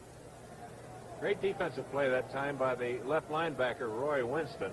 He read run all the way and came in and piled up that interference and got the ball carrier, too. 4-yard loss. It's second down and 14 yards to go for the Steelers. And Bradshaw's going to throw one now. There's his bag. Ron Shanklin has it. He is across the 40. That's enough for a first down. And now the Steelers come up from that pileup, signaling timeout.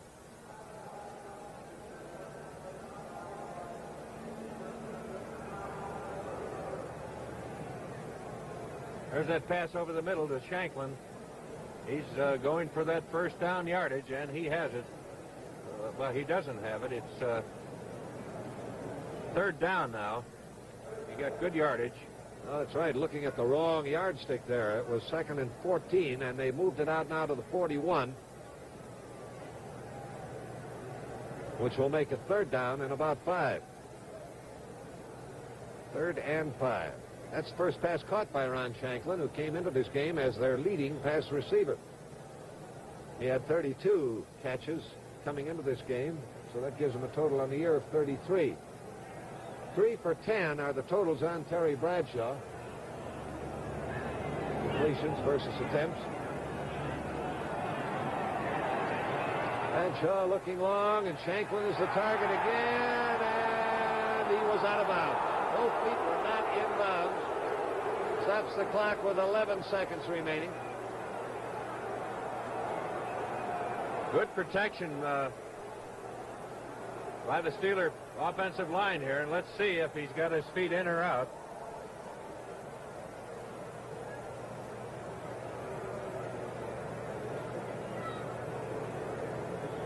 There's one foot in, and the other one was out. Once again, the officials are right, Jack.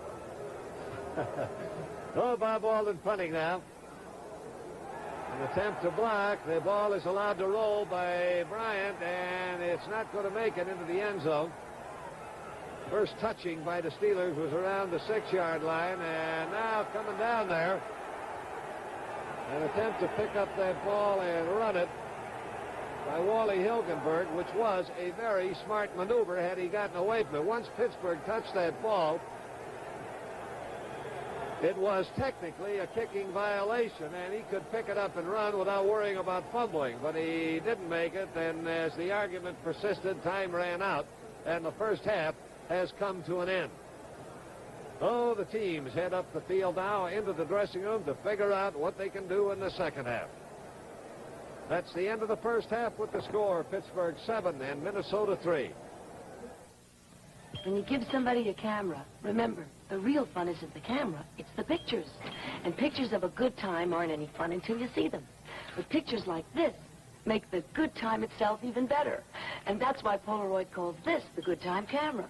It's only $24.95, strictly color, and it uses Polaroid's less expensive square film, so you can take enough pictures for everybody. That's another reason we call it the good time camera. You have some money left to have a good time. This is a main bearing job, about $200. And this is a Fram oil filter. It's about $4. Now, if the guy who owns this car had put $4 into one of these when he had his oil changed, chances are he wouldn't be putting $200 into one of these. Well, choice is yours. You can pay me now or pay me later.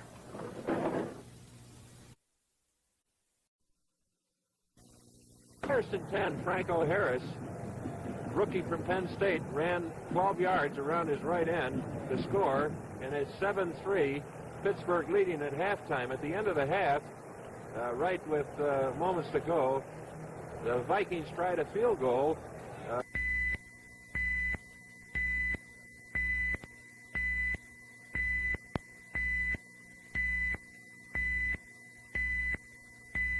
Pittsburgh leads And they've had good defense, but they haven't been able to move the ball. They only have 84 yards total offense.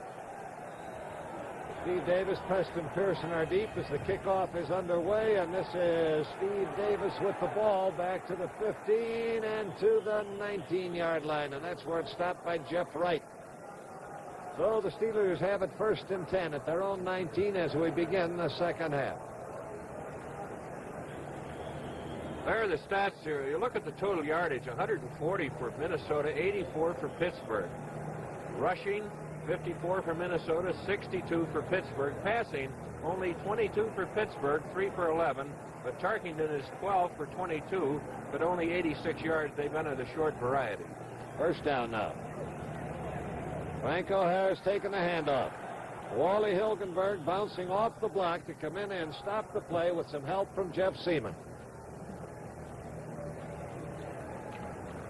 Franco Harris taking an inside handoff, and he's following number 66, his offensive right guard, Bruce Van Dyke, thought to be one of the outstanding guards in the league. He's a 7-year veteran from Missouri. You don't hear too much about these guards, but remember that name, Bruce Van Dyke. No gain on the play. It's 2nd and 10.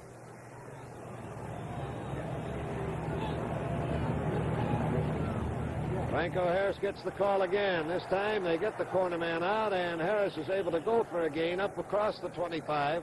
Middle linebacker Jeff Seaman there on the stop for Minnesota with help from Carl Eller, the left end. Ball just across the 25-yard line. It'll be 3rd down and practically 4 yards to go for the Steelers.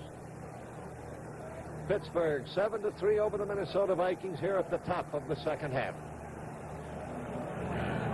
Ron Shanklin out wide to the right. Frank Lewis wide to the left.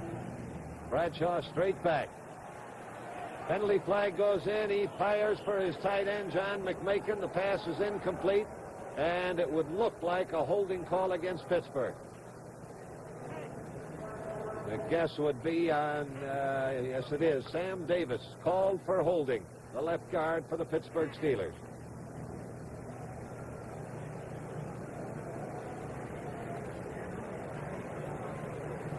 Now let's see if Minnesota will accept this penalty. I would doubt it, or it would give the Steelers yet another down. They're going to decline it because it runs the Steelers out of downs. Walden coming on to do the punting. And they'll have to kick it to Minnesota. Heading back are Bobby Bryant and Charlie West. And Bryant is switching with Charlie West now, and he is going to be the deep man on the punt return. A distant spiral. Bryant has to clear back to his 18-yard line to haul that one in. Gets it back up to the 28 or 9-yard line before he's hauled down. So it'll be 1st and 10 for Minnesota at that point. Larry Brown coming down to make the tackle. Ball at the 28-yard line.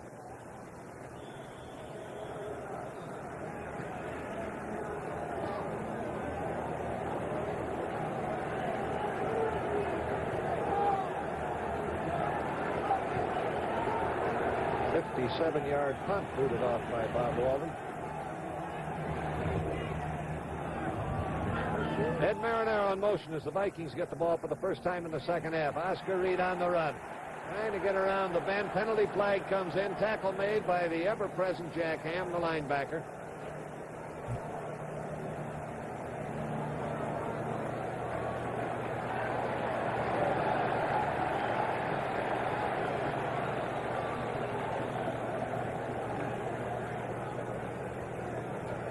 There you see the middle linebacker, 53, Henry Davis, moving out along with Green.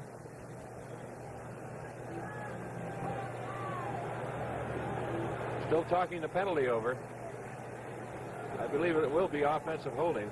And big number 87 you saw in filling your screen in the replay was the culprit. And there it is, the holding signal, and it puts the ball back at the 14-yard line. So it'll still be first down, but now with 24 yards to go.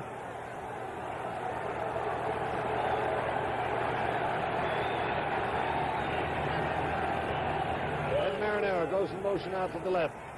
Targeting throws to him, drops the ball. Pass incomplete.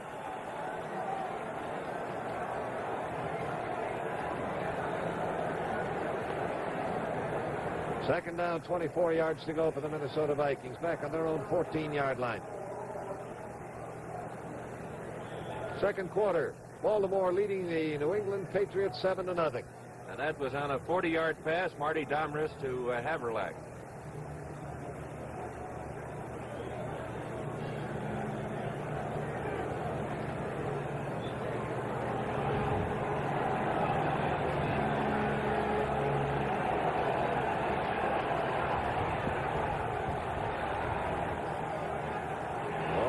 Time in the huddle, long count. He gets it off in time. Hands off to Marinaro.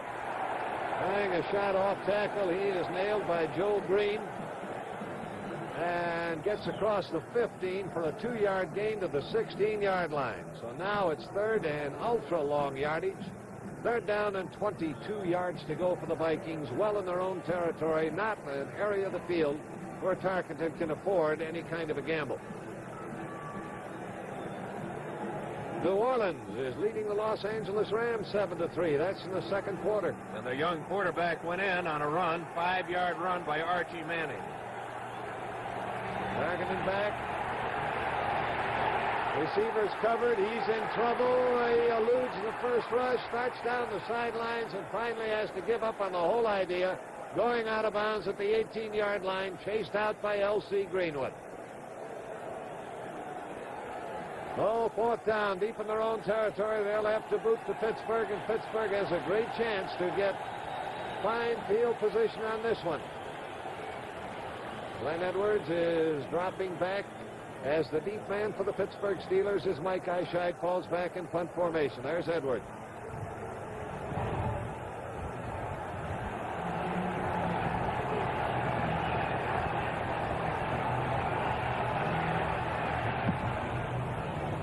Eyeshide gets a lot of leg into that one. Edwards has to give ground back to the 26. Now he returns up 30, 40, 45. Heavy going. Down he goes. Fumble.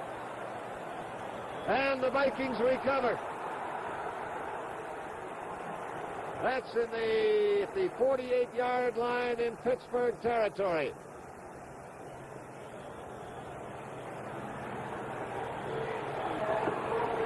And it's Jeff Wright coming up with the loose ball. Big break for the Vikings. So with the score, Pittsburgh 7, Minnesota 3. Let's pause for a moment. This is Dr. E.L. Gibson, Enterprise, Alabama, 83 years old, still practicing medicine. He drives a Ford Pinto, but that's not surprising. Doc Gibson started out in a rugged, reliable Ford car over half a century ago. First car I owned was a Ford Model T, like that one there. Used it to make my house calls. That car took some licking, but it got me where I had to get. It's that same kind of car we had in mind when we built today's Ford Pinto, to stand up to rough roads, to take the worry out of the mud. We built Ford Pinto to be a rugged, reliable, basic car, just like the one Doc Gibson started out with 60 years ago. When you get back to basics, you get back to Ford. Pinto for $73 at your Ford dealers.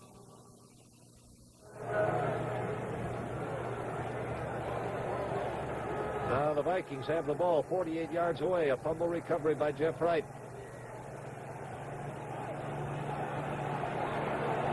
Both wide receivers are set to the right side. Marinaro goes in motion to the right.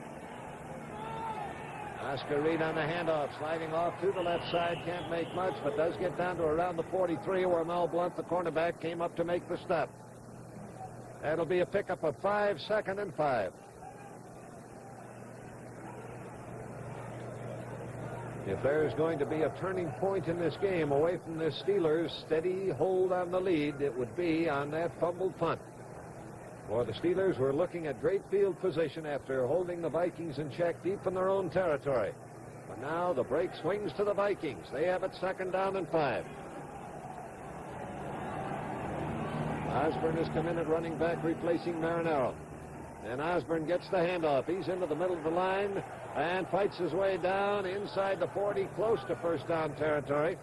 Tackle made by middle linebacker Henry Davis and L.C. Greenwood, number 68, the left end. From the end zone here, Joe Green over the center. He's blocked very well on that play. He's been in there all day. There's Henry Davis. Good driving action by Osborne. Sets up a short yardage situation, 3rd and about 1. Gilliam going out wide to the right side. Tight end blocking along the line, just one wide receiver. 3rd down, the yard to go. The call is to Oscar Reed. He's got the first down and then some as he fights his way down to just inside the 30-yard line before John Rouser, the cornerback, was able to bring him down. Good blocking by Milt Sunday. Watch him pull. The right guard pulling. Oscar Reed follows him through the hole there. Big gaping hole. Good block by Ed White. Now the Vikings have it 30 yards away. 1st and 10. Cincinnati leading the Chicago Bears 7-0. Carter to Essex Johnson, 26-yard pass. Virgil Carter, former Bear. Second man through gets the ball. Osborne. His straight-ahead punch takes him down to around the 27-yard line where the linebackers, Henry Davis and Jack Ham, combine to stop him. Pickup of 3 yards. It'll be 2nd down and 7.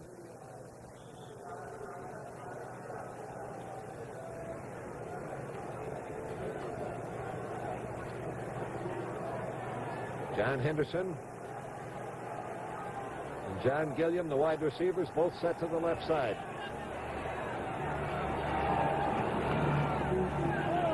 A reaching handoff to Osborne. Osborne fighting his way back just across the line of scrimmage, grounded at the 25 by John Rouser and Henry Davis. Only 2 on the play. It'll be 3rd and about 5 yards to go.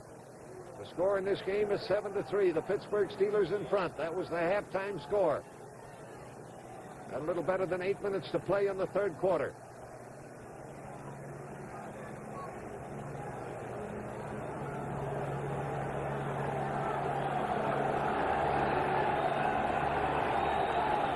They're down, a little better than 5 to go. Oscar Reed in motion to the right. Tarkenton rolling left. And he lobs one to Osborne. Osborne has the first down, still going.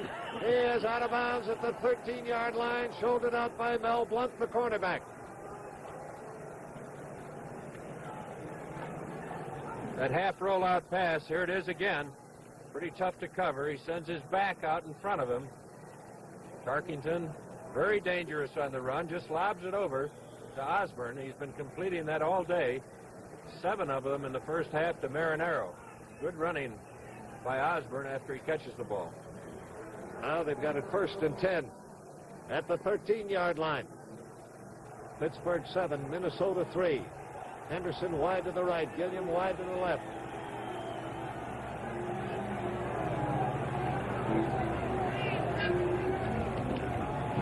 Osborne gets the call, runs into trouble. Henry Davis, the middle linebacker, was high, and Ernie Holmes was diving in underneath. From the ground level, there's Mean Joe Green right on the head of the center, 75. Watch Henry Davis here. Been in on a lot of tackles all day. The Steeler defense has really been tough when they've had to. Ball now at the 11-yard line, a gain of 2. It's 2nd down and 8.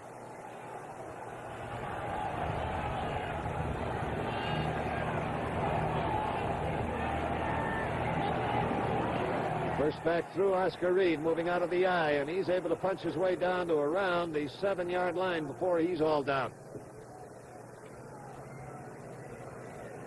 From the end zone once again, 63 is Ernie Holmes.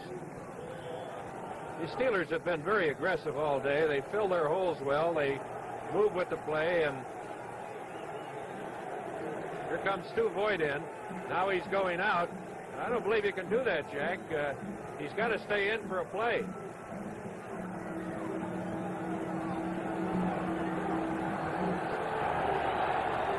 All right, it's 3rd down.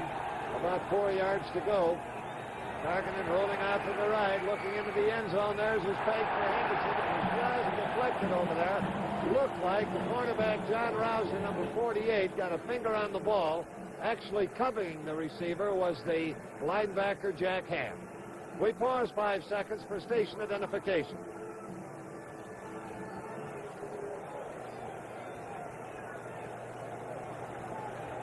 So on 4th down from the 7-yard line, field goal attempt by Fred Cox. Paul Krause holding. He'll be trying it from 14 yards away. Score at the moment is 7-3. And Krause picks the ball up, rolls out, throws into the end zone. The pass is incomplete. Penalty flag is down. That was John Ward galloping over there. Now, if he was in at a tight end, he is ordinarily a tackle. He'd been all right if he announced himself as such. But you cannot make a tackle eligible just by putting him on the end of the line. Well, just last week, Pittsburgh Steelers scored. Jerry Mullins was in at tight end. He announced himself. Krause having trouble. There's the fake field goal. I believe that was intentional, Jack. It was a pass all the way. There you see 72. John Ward down there coming across. Can't handle the ball. And that is the call. So with the score, Pittsburgh 7 and Minnesota 3. Let's pause for a moment. When Teresa Elak's home caught fire, she was covered by Fireman's Fund Homeowners Insurance. Playing games of children. When Gary Palmer's plant was broken into, he was covered by Fireman's Fund Business Insurance. When Carol Wood's car was wrecked, our auto insurance covered her. In fact, this hat covers people for just about every business or personal insurance need. And if it didn't, they wouldn't be laughing now. Fireman's Fund American, in the yellow pages. When you live by the watch, every minute counts. I know, I'm Pat Summerall. In my line of work, you try to save time, even when you shave. So today, I use the Sunbeam Shave Master Shaver. Watch. It's got a handle that's all business. A unique shaving system that shaves whiskers with 6 carbon steel blades for a really close shave. And a trimmer for sideburns. The Sunbeam Shave Master Shaver. Clean, smooth, fast. Repeat, fast.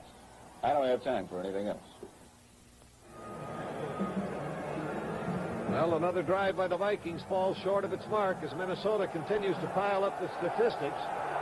But Pittsburgh has the lead, 7-3. 4th down pass, incomplete as it was in the end zone, has brought the ball out to the 20-yard line. Franco Davis blasting into the middle is taking it out to the 25. Carl Eller making the stop. From our ground level again, rookie Franco Harris. There you see the trap play with 57 coming around the left guard. Sam Davis. Franco Harris is a power runner, 6'2", 230 pounds.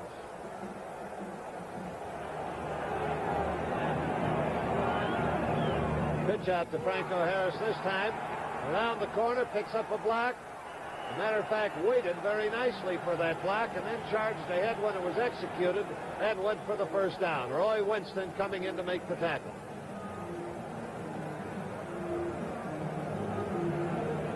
Third quarter, Cleveland 17-10 over Buffalo. They are tied with these Steelers in the AFC Central. And they scored. Cleveland scored on a 1-yard run by Ken Brown. First down now for the Pittsburgh Steelers at their own 34.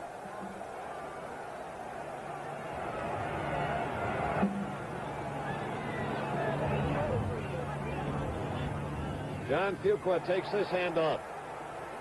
And he's able to get close to the 40-yard line. Jim Marshall was in on the stop.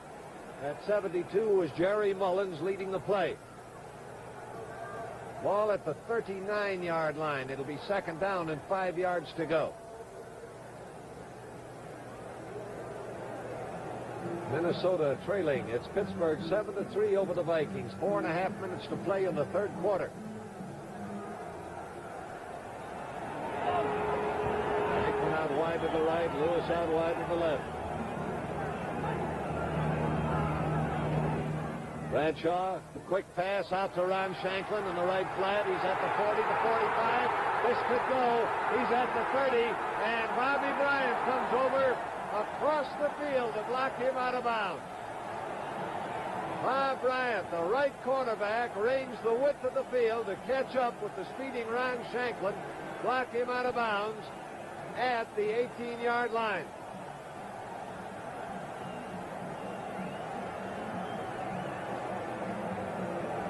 "43 yards on the play."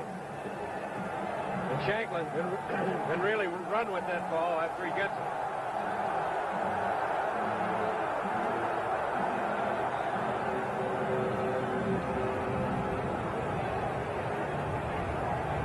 First down. Pitch out. Fuqua with the ball, but cannot get his footing. It is not raining now, but it's been raining through the game, and that carpet has gotten a bit slippery.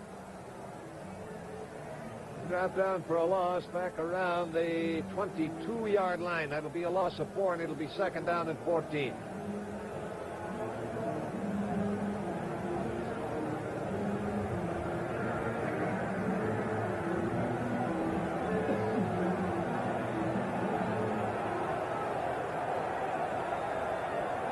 Shanklin wide right, Lewis wide left.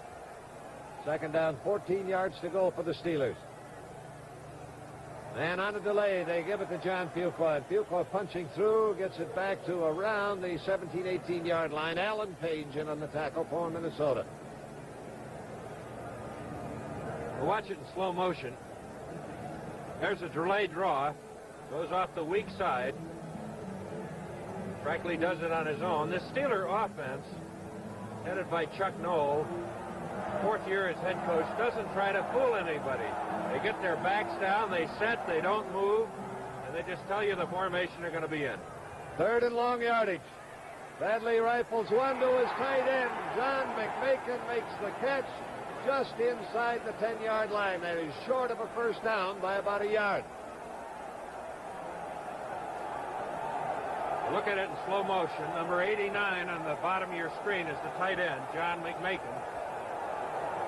And Terry Bradshaw really fires this ball in there. Paul Krause was behind him, but not close enough to stop it.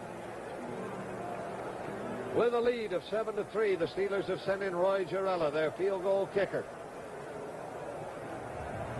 Bob Walden, the punter, is doing the holding.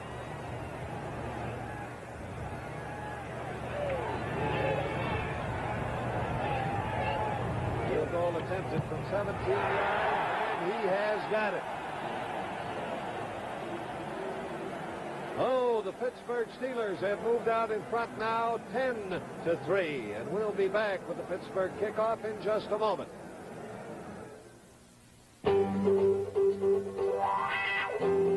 You may never come face to face with an avalanche, but if you drive in winter, then you're the reason Firestone makes the all-position town and country, the People Tire for winter, with 3 separate tread sections built into one tough winter tire.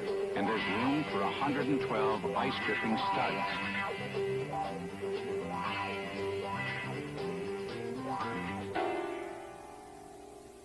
This tire will not only give you good mileage and stability, it can pull you out of deep snow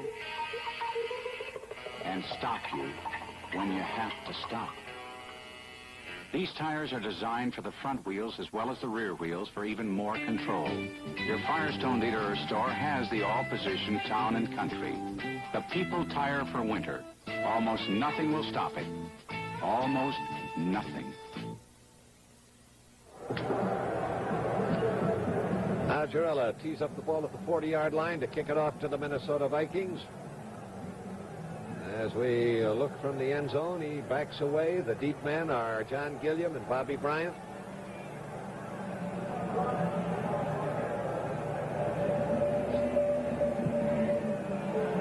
Ball is given a ride to Gilliam over near the sidelines. And did it get out of bounds? No, it did not. It just cut inside the corner flag, and it will be 1st and 10 for Minnesota at their own 20. CBS has 2 outstanding bowl games on tap for you this year. In the Sun Bowl, North Carolina meets Texas Tech. That'll be Saturday, December 30th at 1 p.m. Eastern Time. Then on New Year's Day, Monday, January 1st, unbeaten Alabama races Texas in the Cotton Bowl at 2 p.m. Eastern Time. Here we go with the Vikings now. Trailing 10-3, getting the ball 1st and 10 at their own 20-yard line. A quick punt over the middle. Taken over there by Stu Voigt, the tight end.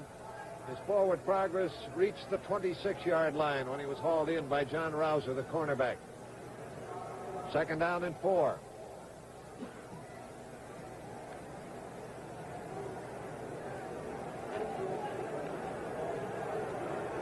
Gilliam coming out wide to the left.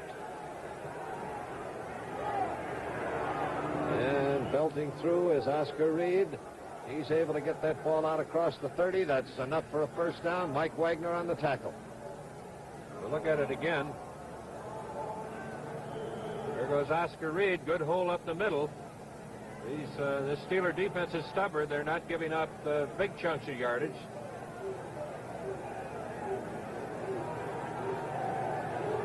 First down now on their own 32-yard line for the Minnesota Vikings. Tarkinen fakes a quick pop, lets it go long, and Gilliam had overrun the ball.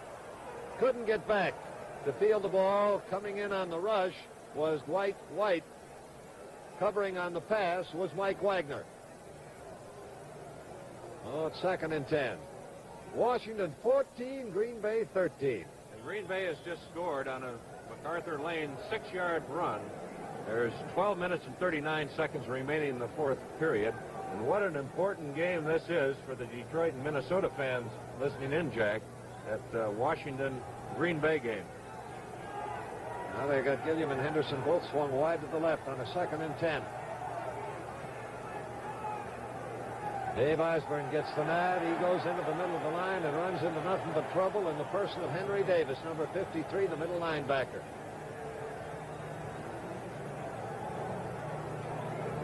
Got the ball up just beyond the 33-yard line. Gain of just about a yard. It'll be 3rd and a shade less than 9 yards to go. And Pittsburgh has gone to their 5 deep backs. They've taken out the middle linebacker Davis and put in 27 Glenn Edwards. Tarkinen throws. The pass is completed but short of a 1st down. Oscar Reed gathering in that ball and stopped immediately in the area of the 38-yard line by Jack Ham. This is straight 4-man rush. Jack Ham, middle linebacker, left linebacker is out there and is all over the receiver. Oh, the Pittsburgh defense has done it again. Minnesota will have to boot the ball. Glenn Edwards is dropping back. He'll receive the punt for the Pittsburgh Steelers. The score is 10-3. Pittsburgh in front. And the Minnesota Vikings are going to take a timeout.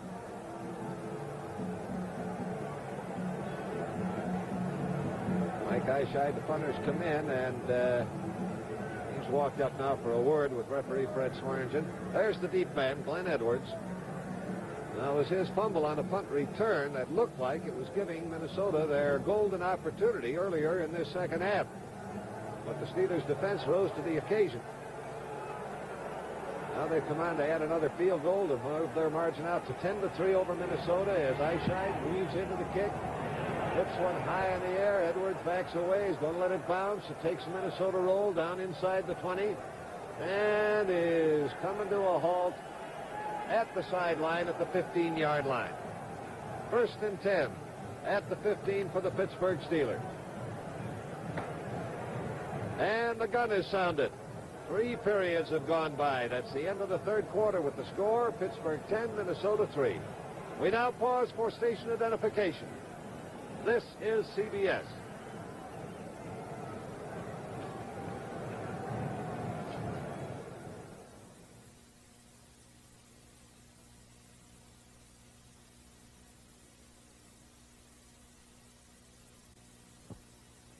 I'm Will Lanier of the Kansas City Chiefs. Every player hopes that someday he'll be part of the Pro Football Hall of Fame. I know I do. But there's something here for everyone, young and old, male and female. The enshrinement area, great movies, treasured relics of the past. Why don't you plan a visit next time you're in the area? The Pro Football Hall of Fame is located in Canton, Ohio, right off Interstate 77. 77. Wasn't that Red Grange's number? The preceding announcement was presented on behalf of the National Football League. Now Pittsburgh has the ball first down on their own 15-yard line.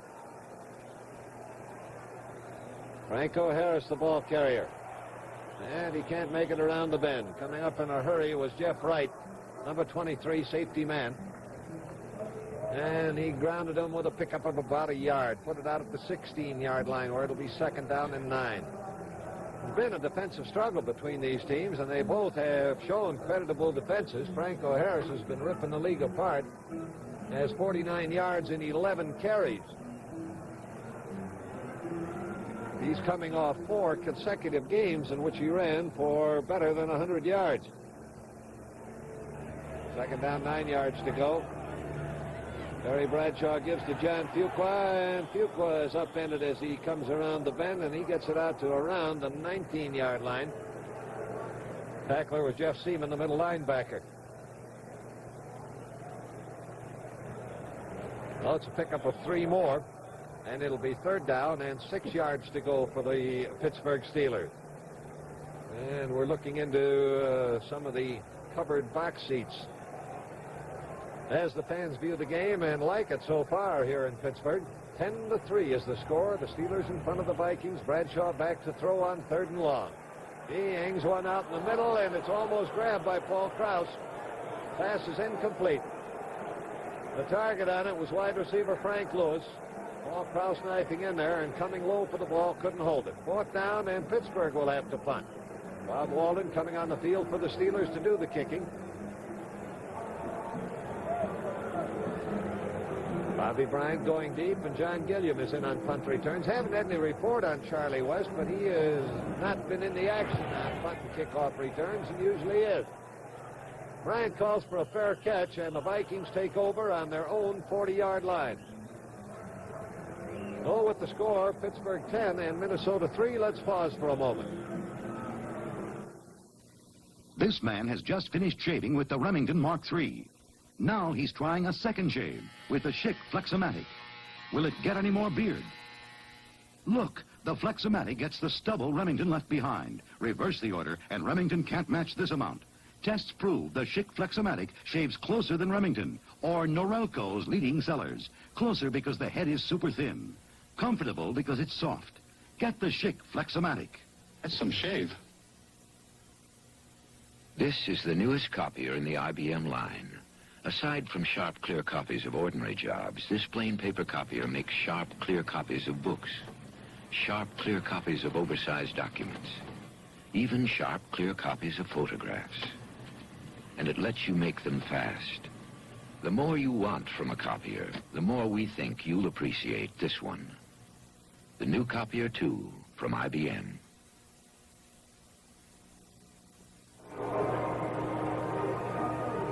Jack Trees with George Connor as we are now showing 13 minutes and 34 seconds left in the game. The Vikings taking the ball on their own 41. And I think it's safe to say that this is a series on which the Vikings pretty much have to score. That's Osborne in motion out to the left. Oscar Reed taking the handoff and trying to spin his way clear. He can't get out of the grasp of middle linebacker Henry Davis, and he is stopped at the 42, a 1-yard gain. From the end zone here with the man in motion going to the right, Reed goes to the left. Good Steeler defense once again. Number 53 has been in there all day, Henry Davis. They've had good pursuit. The Vikings, Jack, have moved the ball well all day, but when they get down near the goal line, in the first period, the Steelers held them on 4th and short yardage. They missed a snap from center and a field goal, and then a fake field goal didn't work. So they've had their opportunity. Osborne going wide to the left. Targeted rolling right. And he flips one out to Oscar Reed, is at the 45, and then out of bounds at the 47-yard line. A gain of 5. It'll be 3rd and 4. Jack Ham, the linebacker, was over to get him out of bounds. Fourth quarter. Look at this. The New York Giants 55-10 over Philadelphia. Boy, they're really giving it to poor old Philly. Randy Johnson, second quarterback, to Don Herman, a pass.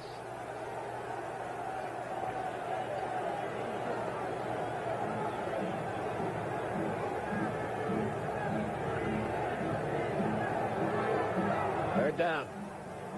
About 4 yards to go. Minnesota has the ball short of their own 47-yard line. Oscar Reed goes in motion right. Both wide receivers set to the left. That's where Tarkinen is rolling. Around the bend and just barely behind the line of scrimmage. He lofts one to Gilliam. Almost intercepted. And the pass is incomplete. That was Mike Wagner, number 23, who almost got that ball. Parkington rolling once again. He's wide open out here. He must be under instructions not to run. He only had 5 yards. See the opening he had. Throws it in a crowd, and Mike Wagner and Ralph Anderson are down there. It was intended for Gilliam, almost intercepted. And once again, Minnesota has to punt. Glenn Edwards is deep. Mike Eyeshide kicking.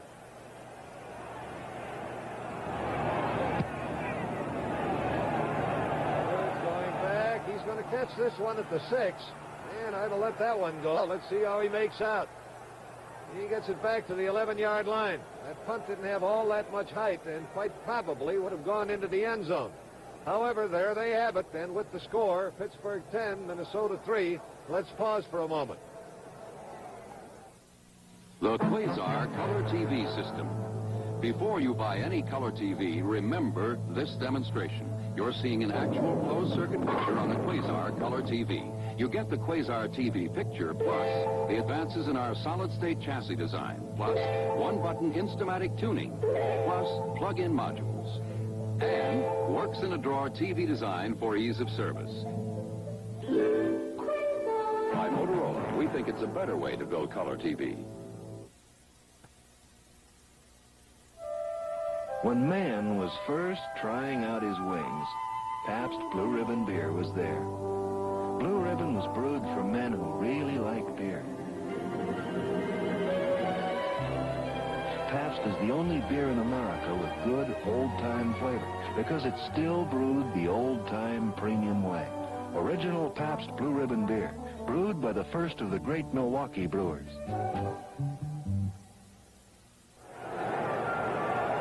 Now the Steelers are on their own 11. First down.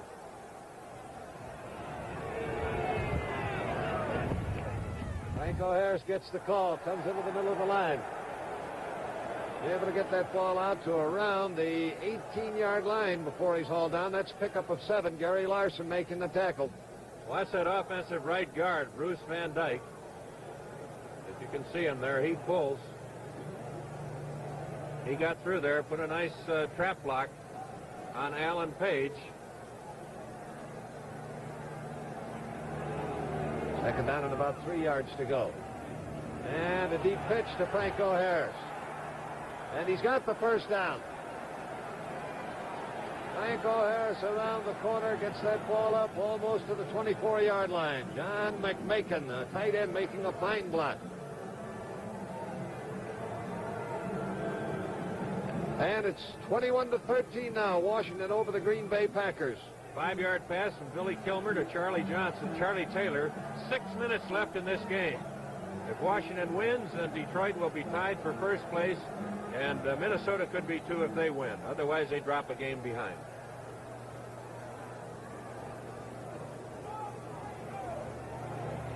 Bradshaw pitches out to John Fuqua.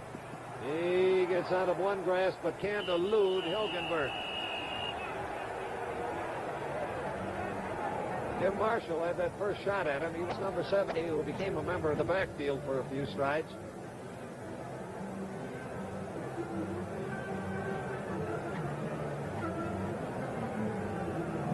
Here is Cleveland, tied with these Pittsburgh Steelers for the Central Division AFC lead, 24-10 over Buffalo. And they scored. Dick Roman scored on a 37-yard interception.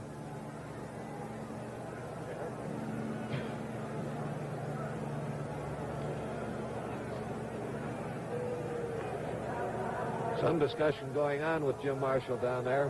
While we wait for this discussion down there, Jack, these pitch outs that Bradshaw is pitching out to Fuqua and to Franco Harris, they're really dangerous.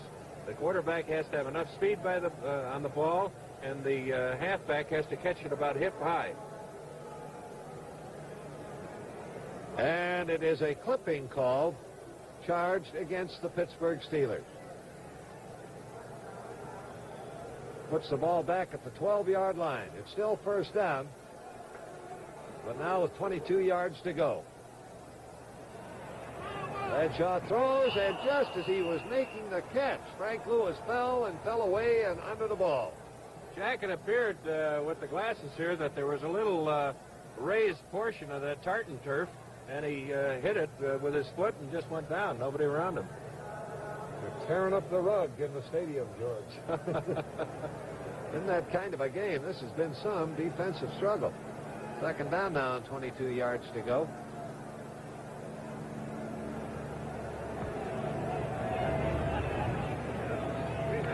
Bradshaw gives it on a deep end around to his wide receiver, Frank Lewis. And Lewis is out to the 20, tears loose from a tackle. Cannot make the first down, but he's out of bounds, improving field position considerably up at the 28-yard line. Jeff Wright finally got him out of bounds. They've got to get to the 34 for a first down. Bob Lertzema is in there at defensive left end. He had a shot at him back there, but missed him. Pretty tough for a big man like Lertzema to catch a mobile, fast wingback like Frank Lewis. Lewis is taken out for a breather now, and Al Young is in at the wide receiver. He's coming wide to the left. Where's number 31? Third down, 4 yards. Third down and about 6 yards to go. Bradshaw back to throw and hit. Blindsided and down. Lertzema was a little mad at himself for missing that last tackle, and he really poured over Jerry Mullins. There you see number 75 out there at left end, Bob Lertzema. Oh, it'll force the Steelers to punt. And New Orleans holding on to a squeaky lead over Los Angeles. That ball game is at 7-6. And Los Angeles has scored on a 31-yard field goal by David Ray. Fourth down now and 14 yards to go. Bob Walden to do the punting. Bobby Bryant is deep for Minnesota. Walden hangs a beauty high in the air, and it's taken by Bryant at his own 28. He's across the 30, but he is outnumbered. And they drop him in the area of the 33-yard line. That was John McMakin, tight end, and in on the special team, coming down to make the stop. Good punt by Walden. Watch this coverage here. John McMakin, 89, coming in there underneath, causing him to trip, and good coverage by his teammates. Gives Minnesota a first down on their own 32. They've got a little better than 10 minutes left to play in the game, and it's 10-3 in favor of the Pittsburgh Steelers. Tarkenton going for the sideline, and Gilliam steals the ball away from the defender. Got a blocker in front of him, and he can't quite make it to the end zone. Mike Wagner was fighting off the blocker, and Ralph Anderson was number 49 coming up to get him from behind and stop him at the 5. Tarkenton faking the play action again. Looking left, throwing right. Lays that ball up there for Gilliam, and it looks like Rouser might have an interception there, but Gilliam wanted the ball a little more. And he's got it. Turns on the speed down the sidelines, pointing out to his blocker, John Henderson. Finally brought down at about the 6-yard line. A gain of 63 yards on that thrust. First and goal to go. Osborne and Reed are the running backs. Tarkenton's going to the air. There's his flip to his tight end, Stu Voigt, who was virtually unmolested. The only one close to him was tackle Joe Green as he galloped into the end zone for the touchdown. Tarkenton finally decided he can't run it over. Fakes to the left. Now Stu Voigt was lined up at left end. He pulled an end around, and then Tarkenton threw to him. Quite a tricky play for first and goal on the 6-yard line. Now the Vikings are suddenly very much back in this ball game after they had experienced an afternoon of frustration. Here's the try for point by Fred Cox. And that kick is good. Now the score is knotted at Pittsburgh 10 and Minnesota 10, and we'll be back with the Vikings kickoff in just a moment.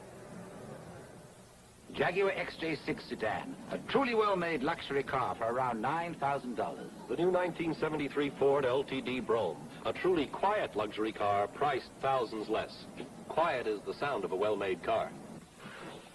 The Jaguar's a bit more powerful, of course. Well, you'd expect that for the money. Four-wheel power disc brakes, cut pile carpeting. The LTD, front power disc brakes, cut pile carpeting too. Power steering, automatic transmission. Standard here too. Power window option. In LTD too, plus a power mini vent. You can have a reclining seat in the LTD. Now I'm sure your 5-passenger Jaguar is worth its price. Yet LTD offers the same kind of luxury features for thousands less. And it seats 6.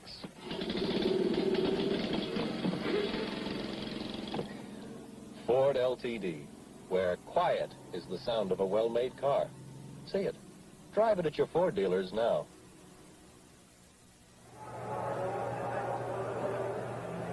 Now Fred Cox has it teed up on the 40. Steve Davis, number 35. Preston Pearson, number 26. The deep men. Ball game now a tie at 10 and 10. Kickoff on its way. A little better than 9 minutes left in the game. Pearson with the ball. 25. Nailed as he crosses the 30. Hit the ground at about the 32. First and 10 for the Steelers at that point. Calvin Demery making the stop. There's Preston Pearson coming up the middle. Watch him slide. You can see the wetness of the tartan turf here, although it stopped raining. Oh, look at this. The Giants have just set an all-time club scoring record with 62 points. Bradshaw back to throw. Loops one out to Franco Harris. Harris tries to put a juke on linebacker Roy Winston, but Winston, a sure tackler, got him down as he reached around the 33-yard line, a gain of only a yard. The all-time single team scoring high was against the New York Giants. That goes back to 1966 when the Washington Redskins racked up 72 points against the Giants.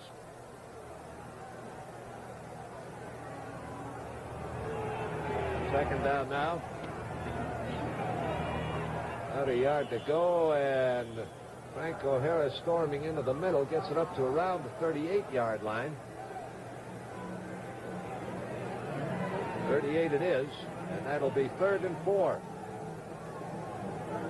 Bob Lurtzema making the stop for the Minnesota Vikings.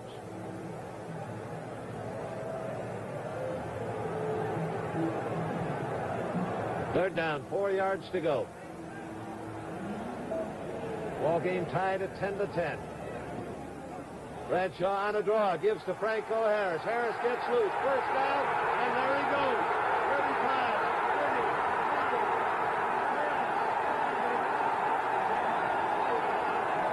stop inside the 1-yard line. Bob Bryant and Paul Krause just did thwart a Pittsburgh touchdown. Here it is on 3rd and short yardage. Watch the draw. It's covered up the middle. With Gary Larson after him. He gets to the outside with good speed. There's a key block there on Nate Wright, 43. And it's not a foot race. Jeff Seaman does not have enough speed. 6'2", 230-pound Franco Harris. Finally caught by Bobby Bryant. What a run. Woo. 61 yards. First and goal to go. Quarterback sneak. Bradshaw is over. Touchdown for Terry Bradshaw.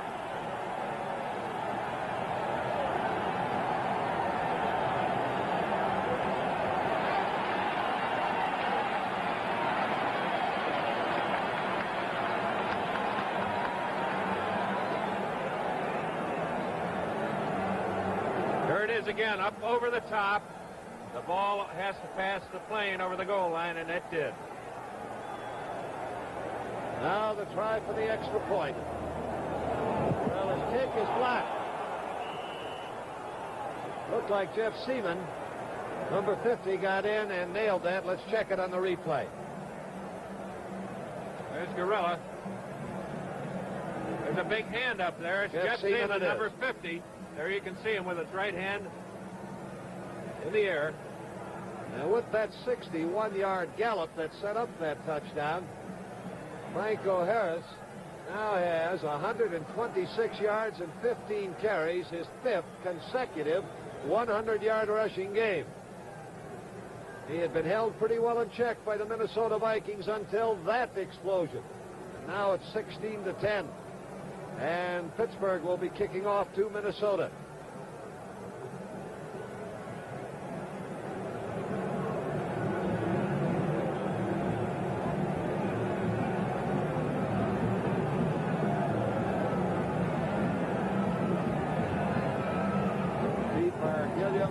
Bobby Bryant. And the kick is really roaring. I'll tell you, that got a little adrenaline flowing in the leg of Mr. Girella. Next Sunday, CBS will bring you an NFL doubleheader with the Dallas Cowboys beating the St. Louis Cardinals in the second game. Now, preceding that, 5 games will be broadcast regionally. New York Giants at Cincinnati, Chicago at Minnesota, Detroit at Green Bay, Washington at Philadelphia, New Orleans at the New York Jets, so check your local listings for the game or games in your area. Here is Osborne trying it around the corner, caught from behind and dropped by Jack Ham, number 59, second-year man, and turning into an all-star linebacker. From the end zone, Dave Osborne taking the handoff. Watch this Jack Ham, second-year man, coming in behind Ed White. And what a game he's played defensively. Second-year man from Penn State. Second down and 13 yards to go now. Driving back to wing one.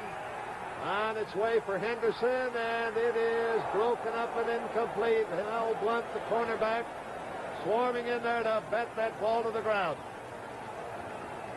Third down and 13 yards to go. Once again from the end zone, Tarkenton is not trying to pump fake. His receivers are covered, and I think it's throwing his timing off. Now that could have been intercepted. It bounced off the chest of John Henderson, and he almost got it there. Big down for the Vikings. Third long yardage. A little better than 6.5 minutes to play in the game. Oh, does Tarkenton need this one? He's in trouble, and they've got it.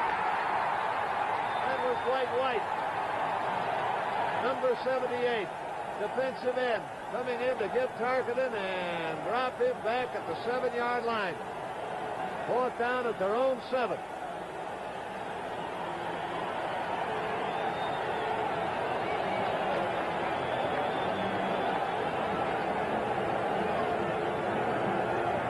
Minutes and 25 seconds. The clock is running. The Steelers lead 16-10. Mike Eyeshide deep at the reaches of his end zone. And it is Glenn Edwards awaiting the punt for the Pittsburgh Steelers.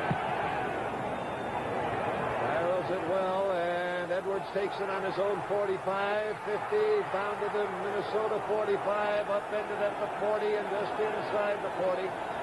Where it'll be first down for Pittsburgh at that point. Dave Osborne upending him. And the Steelers are in great field position once again. First and 10 on the 39-yard line.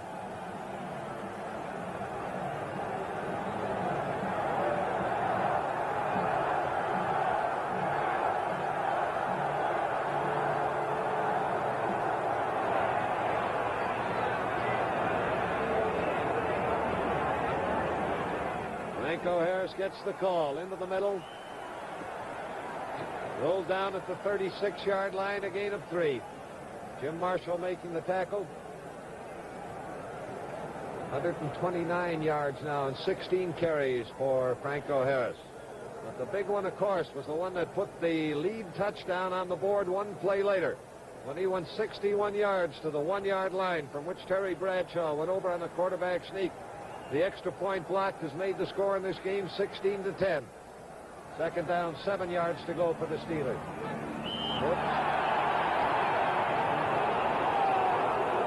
Sam Davis, number 57. He moved out of his three-point stance, and it's going to cost the Steelers 5. It'll be 2nd and 12.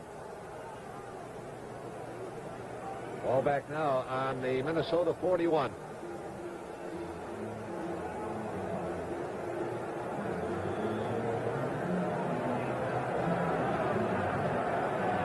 Don Shanklin out wide to the right. Frank Lewis wide left. John Fuqua. Franco Harris, the running backs. Quarterback sneak, and Bradshaw pops through the middle and got right at 5 yards. Alan Page, the right tackle, was wrestling him around. A little short. He's not quite at the 36-yard line. From the end zone here, you can see the spacing there between the two tackles. The center fires out against the middle linebacker, Seaman, but the quickness of Alan Page was too much, and he caught Bradshaw after a couple of yards gained. Well, it's third down now and a shade less than 8 yards to go. Bradshaw straight back, good protection. There's his target. Shanklin is open, and the ball bounced off the numbers. It may have been bothered a bit by Nate Wright, the cornerback, getting back in a hurry. He may have deflected it. Good blocking here. Plenty of time. It looks like Shanklin is wide open, but watch 43, Nate Wright, come in from the left corner and get a hand on the ball. There it is right there. Gets his right hand on the ball. It appeared that Shanklin was wide open. Now Roy Girella with a field goal attempt from 44 yards away. And it's kind of a low liner that skitters through the end zone for a touchback. It is no good. And it'll be Minnesota's ball, 1st and 10 on the 20. Now that blocked extra point still is there as a tantalizing morsel for the Minnesota Vikings. They have a chance to win if they can get a touchdown and an extra point. They have 4 minutes and 20 seconds left in this game. They're starting at their own 20. They have used up a timeout. They have 2 remaining.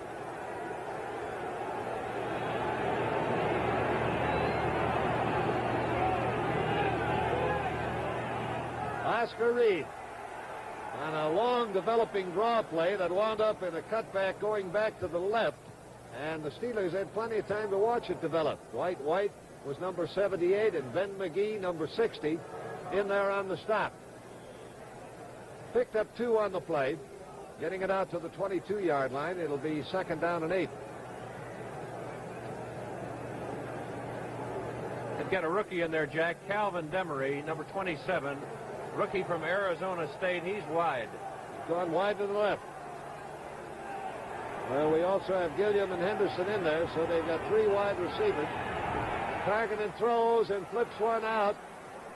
That is completed to running back Ed Marinero, and he is grounded at the 28-yard line by Jack Ham. The Steelers once again are giving the Vikings and Fran Tarkenton those short passes, and it comes up with a 3rd and 2. Clock is running. We're getting near the 3-minute mark as remaining in the game. And Oscar Reed running for the 1st down, and I believe the Steelers stopped him short.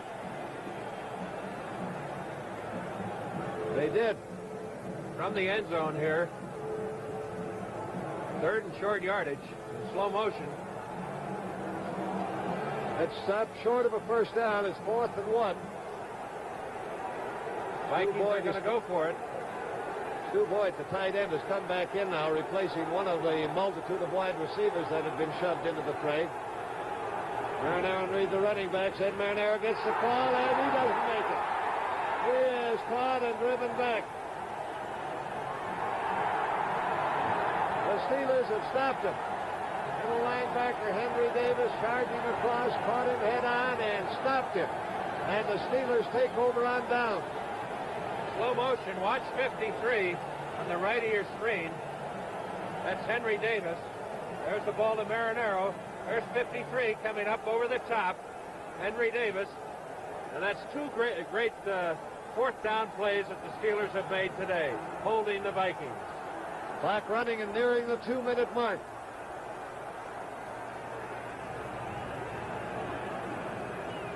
Bootleg with Terry Bradshaw carrying.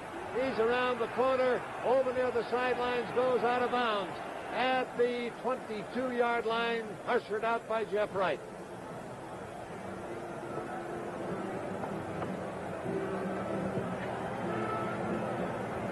Watching it in slow motion, here's Bradshaw now as he gets near the sidelines and on out of bounds. And the 2-minute warning. So with the score, Pittsburgh 16 and Minnesota 10. Let's pause for a moment. When Firestone decorates for Christmas, they decorate with values, like this stylish Counselor bath scale. Christmas gift price just $2.99. And to turn your Christmas lights on and off automatically, there's a Westclock's 24-hour electric timer. Gift price only $4.99. To hear all your favorite Christmas carols, a Philco 10-transistor AM/FM swing-along radio. Gift price only $12.88, and you can charge them. These and more attractive gifts are at participating Firestone retailers now. I don't know what it is about my face, but every Sunday, 11 guys like this go after us. Sometimes they don't miss. So I'm not about to take any rough treatment from a shaver. I got a new Remington Mark III with a comfort head. It has smaller slots, so it gets more of your beard and less of your skin. It has replaceable blades. When they get dull, you change them. With a face like this, you can't be too careful. Yeah! Remington. We made the close shave comfortable.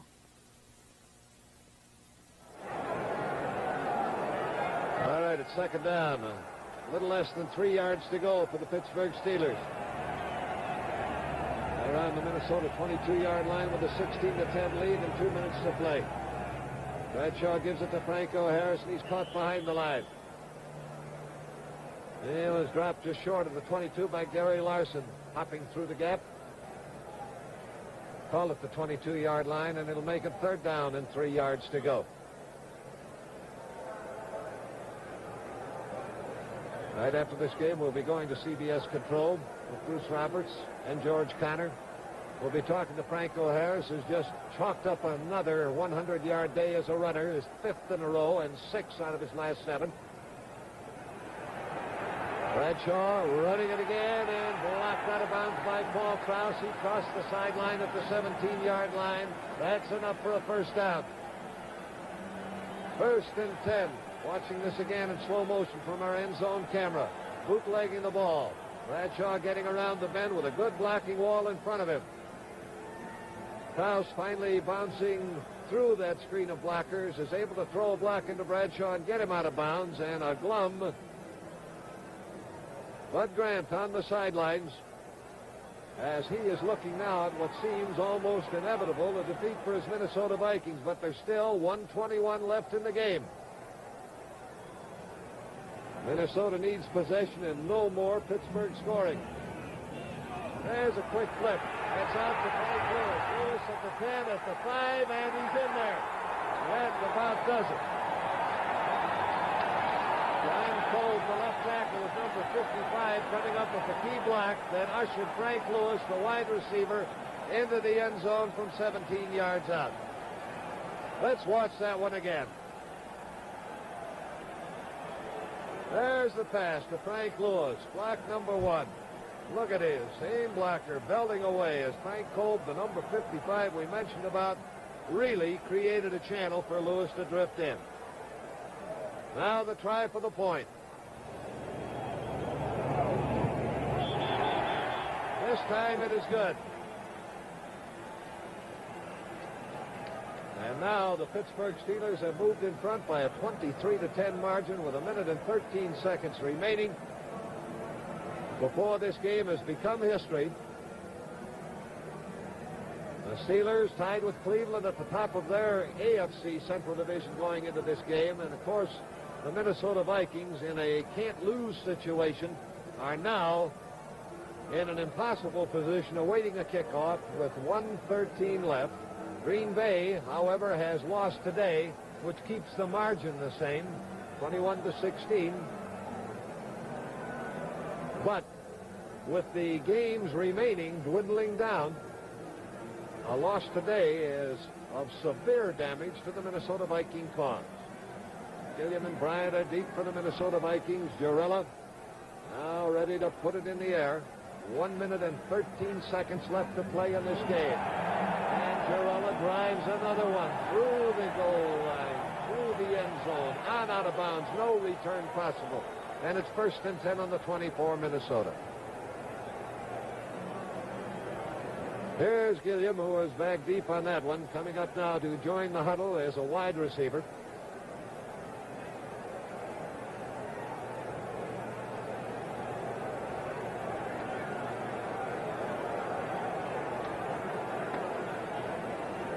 Aaron, read the running backs.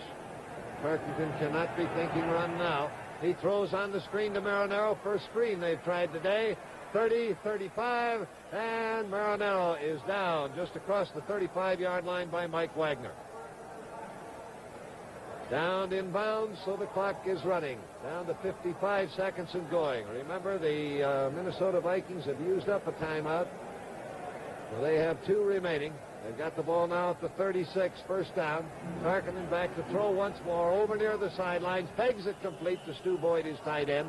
And Boyd is out of bounds to stop the clock at the 44-yard line.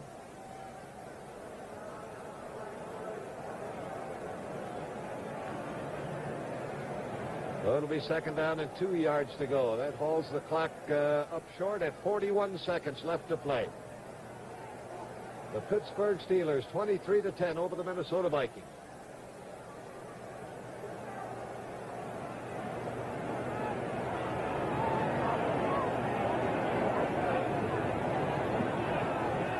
Tarkinen back, and he pegs a pass incomplete, intended for rookie Calvin Demery.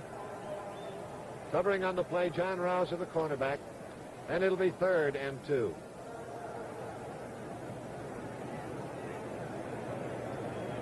.38 seconds left to play. Pittsburgh 23, Minnesota 10.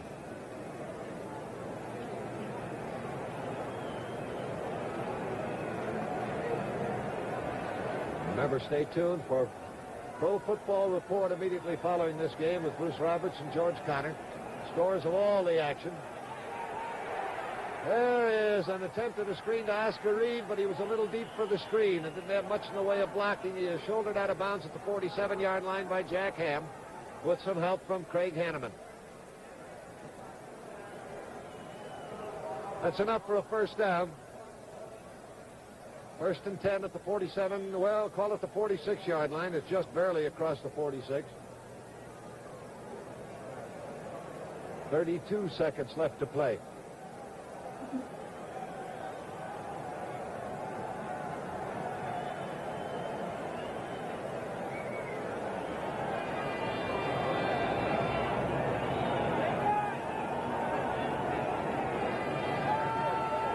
Back, 3-man rush. They're trying to cover everybody deep. Gilliam, however, closely covered by Ralph Anderson, makes the catch.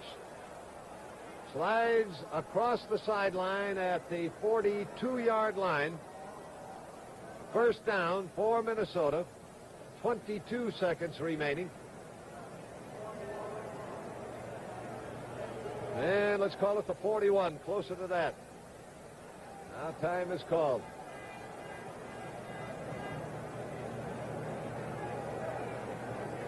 22 seconds left. Minnesota picking up another 1st down. 1st downs will be relatively easy to come by because the Steelers are dropping everybody back, guarding against the bomb from Fran Tarkinen, and quite content to let him pick up midfield yardage. That has now brought the ball to the Pittsburgh Steelers' 41-yard line. Tarkinen over to the sidelines, is returning now to the Minnesota huddle.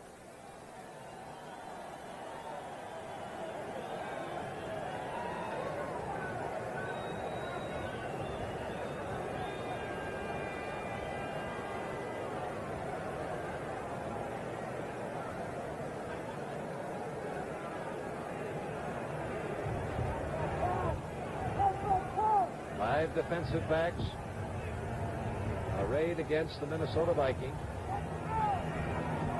Tarkinen back. And the peg intended for Oscar Reed, incomplete. Almost picked off. Jack Ham, the linebacker, had it but couldn't hold it. And Ham may have been shaken up on the play. He's slow getting up and is limping off the field. Jack Ham limps to the sidelines after almost intercepting that pass attempt for Oscar Reed. George Webster, great Michigan State linebacker, traded to Pittsburgh from Houston, has come on now to replace him. 2nd down and 10. 16 seconds left to play. Tarkenton throwing for pride now, and it bounces off the fingertips of Ed Marinaro. Incomplete. Penalty flag is down. Webster was back covering on that one. Illegal motion charge to the Minnesota Vikings declined by the Pittsburgh Steelers. They want to get rid of these downs. Well, that's going to make it 3rd and 10. 12 seconds left to play. Jack Ham being assisted now along the sidelines back toward the dressing room and needing some help to walk. He is limping badly on that right leg. That would be a severe loss for this Pittsburgh team if he's not available in the ensuing weeks. Tarkenton throws for the sideline to Gilliam. He's got it, and Gilliam steps out of bounds at around the 31-yard line. That'll be short of a 1st down, maybe. Closer to the 32 than the 31 where he hit the sidelines. Seeing where it's spotted now. 8 seconds left to play. 4th down, about a foot to go.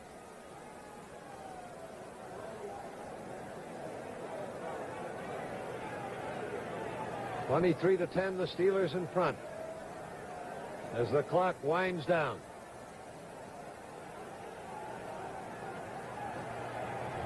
Tarkenton tries the bomb to Gilliam, broken up and intercepted. That went off the fingertips of Edwards to be caught by John Rouser.